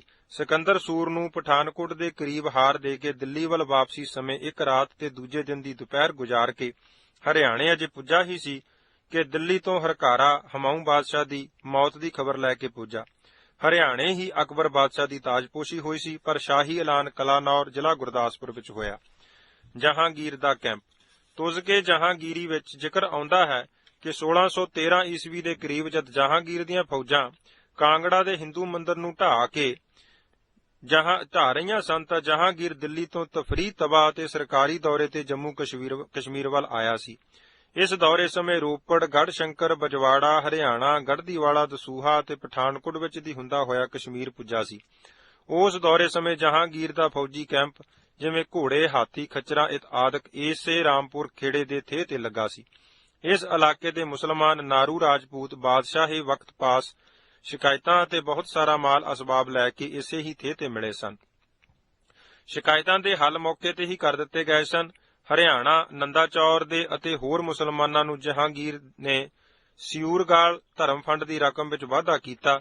ਜ਼ਿਮੀਂਦਾਰਾਂ ਨੂੰ ਪਟੇ ਦਿੱਤੇ ਗਏ, ਜਿਨ੍ਹਾਂ ਵਿੱਚ ਗੋਇੰਦਵਾਲ ਦੇ ਕਾਲਕੱਟ ਜੱਟ ਵੀ ਸਨ। ਇਹਨਾਂ ਦੀ ਤਫਸੀਲ ਸ਼ਾਹੀ ਫਰਮਾਨਾਂ ਦੀ ਸੂਚੀ ਵਿੱਚ ਦਰਜ ਹੈ, ਜਿਨ੍ਹਾਂ ਨੂੰ ਰੋਜ਼ਨਾਮਚਾ ਵੀ ਆਖਦੇ ਹਨ। ਸਿੱਖ ਰਾਜ ਸਮੇਂ। ਸਿੱਖਾਂ ਦੇ ਰਾਜ 1734 ਤੋਂ 1849 ਵਿੱਚ ਵੀ ਰਾਮਪੁਰ ਥੇਹ ਤੇ ਸਮੇਂ-ਸਮੇਂ ਸਿੰਘ, ਘੋੜਸਵਾਰ ਇੱਥੋਂ ਦੀਆਂ ਬੋਹੜਾਂ ਤੇ ਪਿੱਪਲਾਂ ਦੀਆਂ ਸੰਘਣੀਆਂ ਛਾਵਾਂ ਦੀ ਮੌਜ ਮਾਣਦੇ ਰਹੇ ਹਨ। ਖਾਸ ਕਰਕੇ ਜਦ ਸਿੰਘ ਘੋੜਸਵਾਰ ਵੈਰੀ ਦੀਆਂ ਹੱਲਿਆਂ ਤੇ ਹਾੜ ਜੇਠ ਦੀਆਂ ਧੁੱਪਾਂ ਵਿੱਚ ਥੇਹ ਦੇ ਦੋਨੋਂ ਪਾਸੇ ਵਗਦੀਆਂ ਨਦੀਆਂ ਵਿੱਚ ਆਪ ਇਸ਼ਨਾਨ ਕਰਦੇ ਅਤੇ ਘੋੜਿਆਂ ਦੇ ਕਮਰ ਕੱਸੇ ਖੋਲ੍ਹ ਕੇ ਨਦੀਆਂ ਵਿੱਚ ਇਸ਼ਨਾਨ ਕਰਾਉਂਦੇ ਸਨ। ਸਿੱਖ ਮਿਸਲਾਂ ਤੇ ਮਹਾਰਾਜਾ ਰਣਜੀਤ ਸਿੰਘ ਦੇ ਰਾਜ ਸਮੇਂ ਇਸ ਥੇਹ ਦੇ ਆਲੇ-ਦੁਆਲੇ ਦੂਰ-ਦੂਰ ਤੱਕ ਘਾਸ ਦੀ ਬਹੁਤਾਤ ਸੀ ਅਤੇ ਜੰਗਲ ਹੋਣ ਦੇ ਨਾਤੇ ਸਿੰਘਾਂ ਦੀ ਛਾਉਣੀ ਲਈ ਬਹੁਤ ਮਹਿਫੂਜ਼ ਥਾਂ ਸੀ। ਇਹਨਾਂ ਦਿਨਾਂ ਵਿੱਚ ਗੜ੍ਹਦੀਵਾਲੇ ਦੇ ਸਰਦਾਰ ਮਨਸਾ ਸਿੰਘ ਸਹੋਤਾ ਨੇ ਆਪਣੀ ਸਰਦਾਰੀ ਕਾਇਮ ਕੀਤੀ ਸੀ। ਸਰਦਾਰ ਮਨਸਾ ਸਿੰਘ ਗੜ੍ਹਦੀਵਾਲੀਏ ਦਾ ਉਹ ਸਮਾਂ ਸੀ ਜਦ ਫੈਜ਼ਲਪੁਰੀਆ ਮਿਸਲ ਦੇ ਸਰਦਾਰ ਨੇ ਤਹਿਸੀਲ ਹੁਸ਼ਿਆਰਪੁਰ ਦੇ ਪਿੰਡ ਪੱਟੀ ਨੂੰ ਜਿੱਤਿਆ ਸੀ ਤੇ ਸਰਦਾਰ ਕਰੋੜਾ ਸਿੰਘ ਨੇ ਹਰਿਆਣਾ ਅਤੇ ਸ਼ਾਮ 84 ਨੂੰ ਆਪਣੇ ਕਬਜ਼ੇ ਵਿੱਚ ਕੀਤਾ ਸੀ। ਫਗਵਾੜੇ ਦਾ ਚੌਧਰੀ ਹਕੂਮਤ ਰਾਏ ਸੀ। ਸਰਦਾਰ ਮਨਸਾ ਸਿੰਘ ਨੂੰ ਗੜ੍ਹਦੀਵਾਲੇ ਦੀ ਚੌਧਰ ਵਿਰਸੇ ਵਿੱਚ ਮਿਲੀ ਸੀ। ਉਹ ਐਸ਼ ਇਸ਼ਰਤ ਦੀ ਮੌਜ ਵਿੱਚ ਸਰਕਾਰੀ ਮਾਲੀਆ ਨਾ ਦੇ ਸਕਿਆ, ਜਿਸ ਕਰਕੇ ਉਸ ਨੂੰ ਲਾਹੌਰ ਵਿਖੇ ਜੇਲ੍ਹ ਦੀ ਹਵਾ ਵੀ ਫੱਕਣੀ ਪਈ ਸੀ। ਸਰਦਾਰ ਮਨਸਾ ਸਿੰਘ ਲਾਹੌਰ ਦੀ ਜੇਲ੍ਹ ਵਿੱਚੋਂ ਭਗੌੜਾ ਹੋ ਕੇ ਡੱਲੇਵਾਲੀਆ ਮਿਸਲ ਵਿੱਚ ਸ਼ਾਮਲ ਹੋ ਗਿਆ ਅਤੇ ਮੁੜ ਆਪਣੇ ਇਲਾਕੇ ਦਾ ਆਜ਼ਾਦ ਸਰਦਾਰ ਹੋ ਗਿਆ। ਉਸ ਦਾ ਪੋਤਾ ਸਰਦਾਰ ਮਹਿਤਾਬ ਸਿੰਘ ਆਹਲੂਵਾਲੀਆ ਮਿਸਲ ਦੇ ਸਰਦਾਰ ਫਤਿਹ ਸਿੰਘ ਨਾਲ ਮਿਲ ਕੇ ਆਪਣੇ ਇਲਾਕੇ ਨੂੰ ਹੋਰ ਵਧਾ ਰਿਹਾ ਸੀ। ਜਦ ਕਾਂਗੜੇ ਦਾ ਰਾਜਾ ਸੰਸਾਰ ਚੰਦ ਦੁਆਬੇ ਨੂੰ ਜਿੱਤਣਾ ਚਾਹੁੰਦਾ ਸੀ ਤਾਂ ਸਰਦਾਰ ਮਹਿਤਾਬ ਸਿੰਘ ਡਰੌਲੀ ਦੇ ਮੋਰਚੇ ਵਿੱਚ ਲੜਦਾ ਸ਼ਹੀਦ ਹੋ ਗਿਆ ਸੀ, ਪਰ ਰਾਜਾ ਸੰਸਾਰ ਚੰਦ ਹਾਰ ਖਾ ਕੇ ਭੱਜ ਗਿਆ ਸੀ। ਇਹਨਾਂ ਦਿਨਾਂ ਦੀ ਗੱਲ ਹੈ ਕਿ ਪਿੰਡ ਬਾਲਾ ਦੇ ਵਸਨੀਕ ਭੁੱਖ ਅਤੇ ਗਰੀਬੀ ਨਾਲ ਮਾਰੇ ਹੋਏ ਪਿੰਡ ਨੂੰ ਛੱਡ ਗਏ, ਕਿਸੇ ਹੋਰ ਥਾਂ ਜਾ ਵਸੇ ਸਨ। ਇਸ ਉਜੜੇ ਪਿੰਡ ਵਿੱਚ ਗੜ੍ਹਦੀਵਾਲੇ ਦੇ ਸਰਦਾਰ ਨੇ ਨੰਨਰ ਜੱਟਾਂ ਨੂੰ ਵਸਣ ਲਈ ਪਿੰਡ ਬਾਲਾ ਵਿੱਚ ਥਾਂ ਦਿੱਤੀ ਸੀ। ਪਰ ਪਿੰਡ ਦਾ ਨਾਂ ਪਹਿਲਾਂ ਹੀ ਚੱਲਦਾ ਰਿਹਾ। ਸਰਦਾਰ ਬਘੇਲ ਸਿੰਘ ਦੇ ਘੋੜਸਵਾਰਾਂ ਨੇ ਚੋਖਾ ਸਮਾਂ ਰਾਮਪੁਰ ਥੇ ਨੂੰ ਛਾਉਣੀ ਬਣਾਈ ਰੱਖਿਆ। ਇਹ ਥੇ ਇੱਕ ਵੱਡਾ ਫੌਜੀ ਕੈਂਪ ਸੀ ਜੋ ਆਏ ਅਵਾਰਾ ਟੋਲਿਆਂ ਦੀ ਆਰਾਮਗਾਹ ਸੀ। ਸਿੱਖ ਮਿਸਲਾਂ ਦੇ ਸਮੇਂ ਇਹ ਥੇ ਭਗੌੜੇ ਸਿੰਘਾਂ ਲਈ ਵਾਰਾ ਖਾਂਦਾ ਸੀ, ਕਿਉਂਕਿ ਬਹੁਤ ਸੁਰੱਖਿਅਤ ਸੀ। ਇਸ ਇਲਾਕੇ ਦੇ ਨਾਰੂ ਮੁਸਲਮਾਨ ਰਾਜਪੂਤ ਸਿੱਖਾਂ ਨੂੰ ਅੰਦਰਗਤੀ ਸਹਿਯੋਗ ਦਿੰਦੇ ਸਨ। ਸਿੱਖਾਂ ਦੇ ਪਹਿਲੇ ਅਤੇ ਦੂਜੇ ਘੱਲੂਘਾਰਿਆਂ ਸਮੇਂ ਕੁਝ ਸੂਬੇਦਾਰ ਲਾਹੌਰ ਵੱਲੋਂ ਸਿੱਖ ਵਿਰੁੱਧ ਹੋਈਆਂ ਵਧੀਕੀਆਂ ਕਾਰਨ ਪੂਰੀ ਹਮਦਰਦੀ ਰੱਖਦੇ ਸਨ। ਇਹ ਗੱਲ ਯਕੀਨੀ ਹੈ ਕਿ ਇਸ ਇਲਾਕੇ ਦੇ ਮੁਸਲਮਾਨ ਰਾਜਪੂਤਾਂ ਨੇ ਇਸ ਥੇ ਤੇ ਸਿੰਘਾਂ ਨੂੰ ਰਾਸ਼ਨ ਪੁੱਜਦੇ ਕੀਤੇ ਅਤੇ ਘੋੜਿਆਂ ਨੂੰ ਦਾਣਾ ਪਾਣੀ ਵੀ ਦਿੱਤਾ। ਅੰਗਰੇਜ਼ ਸਰਕਾਰ ਦੇ ਸਮੇਂ 1808 ਈਸਵੀ ਤੋਂ ਹੀ ਅੰਗਰੇਜ਼ ਸਰਕਾਰ ਨੇ ਪੰਜਾਬ, ਜੰਮੂ ਕਸ਼ਮੀਰ ਅਤੇ ਅਫਗਾਨਿਸਤਾਨ ਦੇ ਹਰ ਰਸਤੇ ਦੇ ਨਕਸ਼ੇ, ਦਰਿਆ ਤੇ ਨਦੀ ਨਾਲਿਆਂ ਦੀ ਜਾਣਕਾਰੀ ਖੁਫੀਆ ਤੌਰ ਤੇ ਠੋਸ ਲੀਹਾਂ ਤੇ ਆਰੰਭ ਦਿੱਤੀ ਸੀ।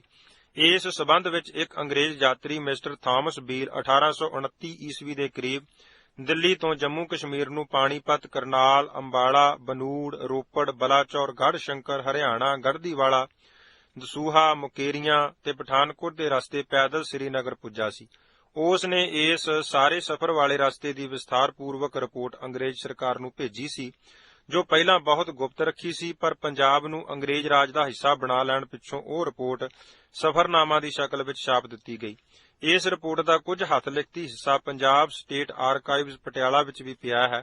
ਉਸ ਯਾਤਰੀ ਨੇ ਸੁਭਾਵਕ ਹੀ ਰਸਤੇ ਲੰਘਦਿਆਂ ਇਸ ਥੇ ਬਾਰੇ ਲਿਖਿਆ ਹੈ ਕਿ ਰਾਮਪੁਰ ਖੇੜਾ ਥੇ ਇੱਕ ਛੋਟੀ ਜਿਹੀ ਉੱਚੀ ਤੇ ਬੜੀ ਰਮਣੀਕ ਜਗ੍ਹਾ ਹੈ, ਜਿਸ ਨੂੰ ਸਥਾਈ ਲੋਕ ਰਾਮਪੁਰ ਖੇੜੇ ਦਾ ਥੇ ਆਖਦੇ ਹਨ। ਬੜੀ ਸਖਤੀ ਜਗ੍ਹਾ ਆਖੀ ਜਾਂਦੀ ਹੈ। ਇੱਕਾ ਦੁੱਕਾ ਆਦਮੀ ਇੱਥੇ ਰਾਤ ਨਹੀਂ ਗੁਜ਼ਾਰ ਸਕਦਾ, ਪਰ ਅਕਸਰ ਫੌਜੀ ਕੈਂਪ ਚੱਲਿਆ ਆ ਰਿਹਾ ਹੈ। ਬਹੁਤ ਉੱਚੀ ਥਾਂ ਸੁਣੀ ਜਾਂਦੀ ਸੀ, ਪਰ ਸਮਿਆਂ ਦੇ ਲੰਬੇ ਪੰਧ ਵਿੱਚ ਬਾਰਿਸ਼ਾਂ, ਫੌਜਾਂ ਦੇ ਸਮੇਂ-ਸਮੇਂ ਲੱਗਦੇ ਕੈਂਪਾਂ ਨੇ ਉੱਪਰਲੀਆਂ ਤਹਿਾਂ ਨੂੰ ਹੇਠਾਂ ਲੈ ਆਂਦਾ ਹੈ। ਬੋਹੜਾਂ ਤੇ ਪਿੱਪਲਾਂ ਦੀਆਂ ਠੰਡੀਆਂ ਛਾਵਾਂ ਨੇ ਕਈ ਤਪੀਆਂ ਰੂਹਾਂ ਨੂੰ ਠਾਰਿਆ ਹੈ। ਇਹ ਪੁਰਾਤਨ ਹਿਸਟਰੀ ਪੁਰਾਤਤਵ ਵਿਭਾਗ ਦੇ ਡਾਇਰੈਕਟਰ ਡਾਕਟਰ ਬਖਸ਼ੀਸ਼ ਸਿੰਘ ਨਿੱਜਰ ਹੋਰਾਂ ਨੇ ਸੰਗਤ ਦੀ ਗਿਆਤ ਲਈ ਪੁਸਤਕ ਸੇਕ ਨਿਹਾ ਵਿੱਚ ਦਰਜ ਕਰਵਾਈ ਸੀ। Doctor Bakhshish Singh Nijjar, director Punjab State Archives, member Indian Historical Records commission.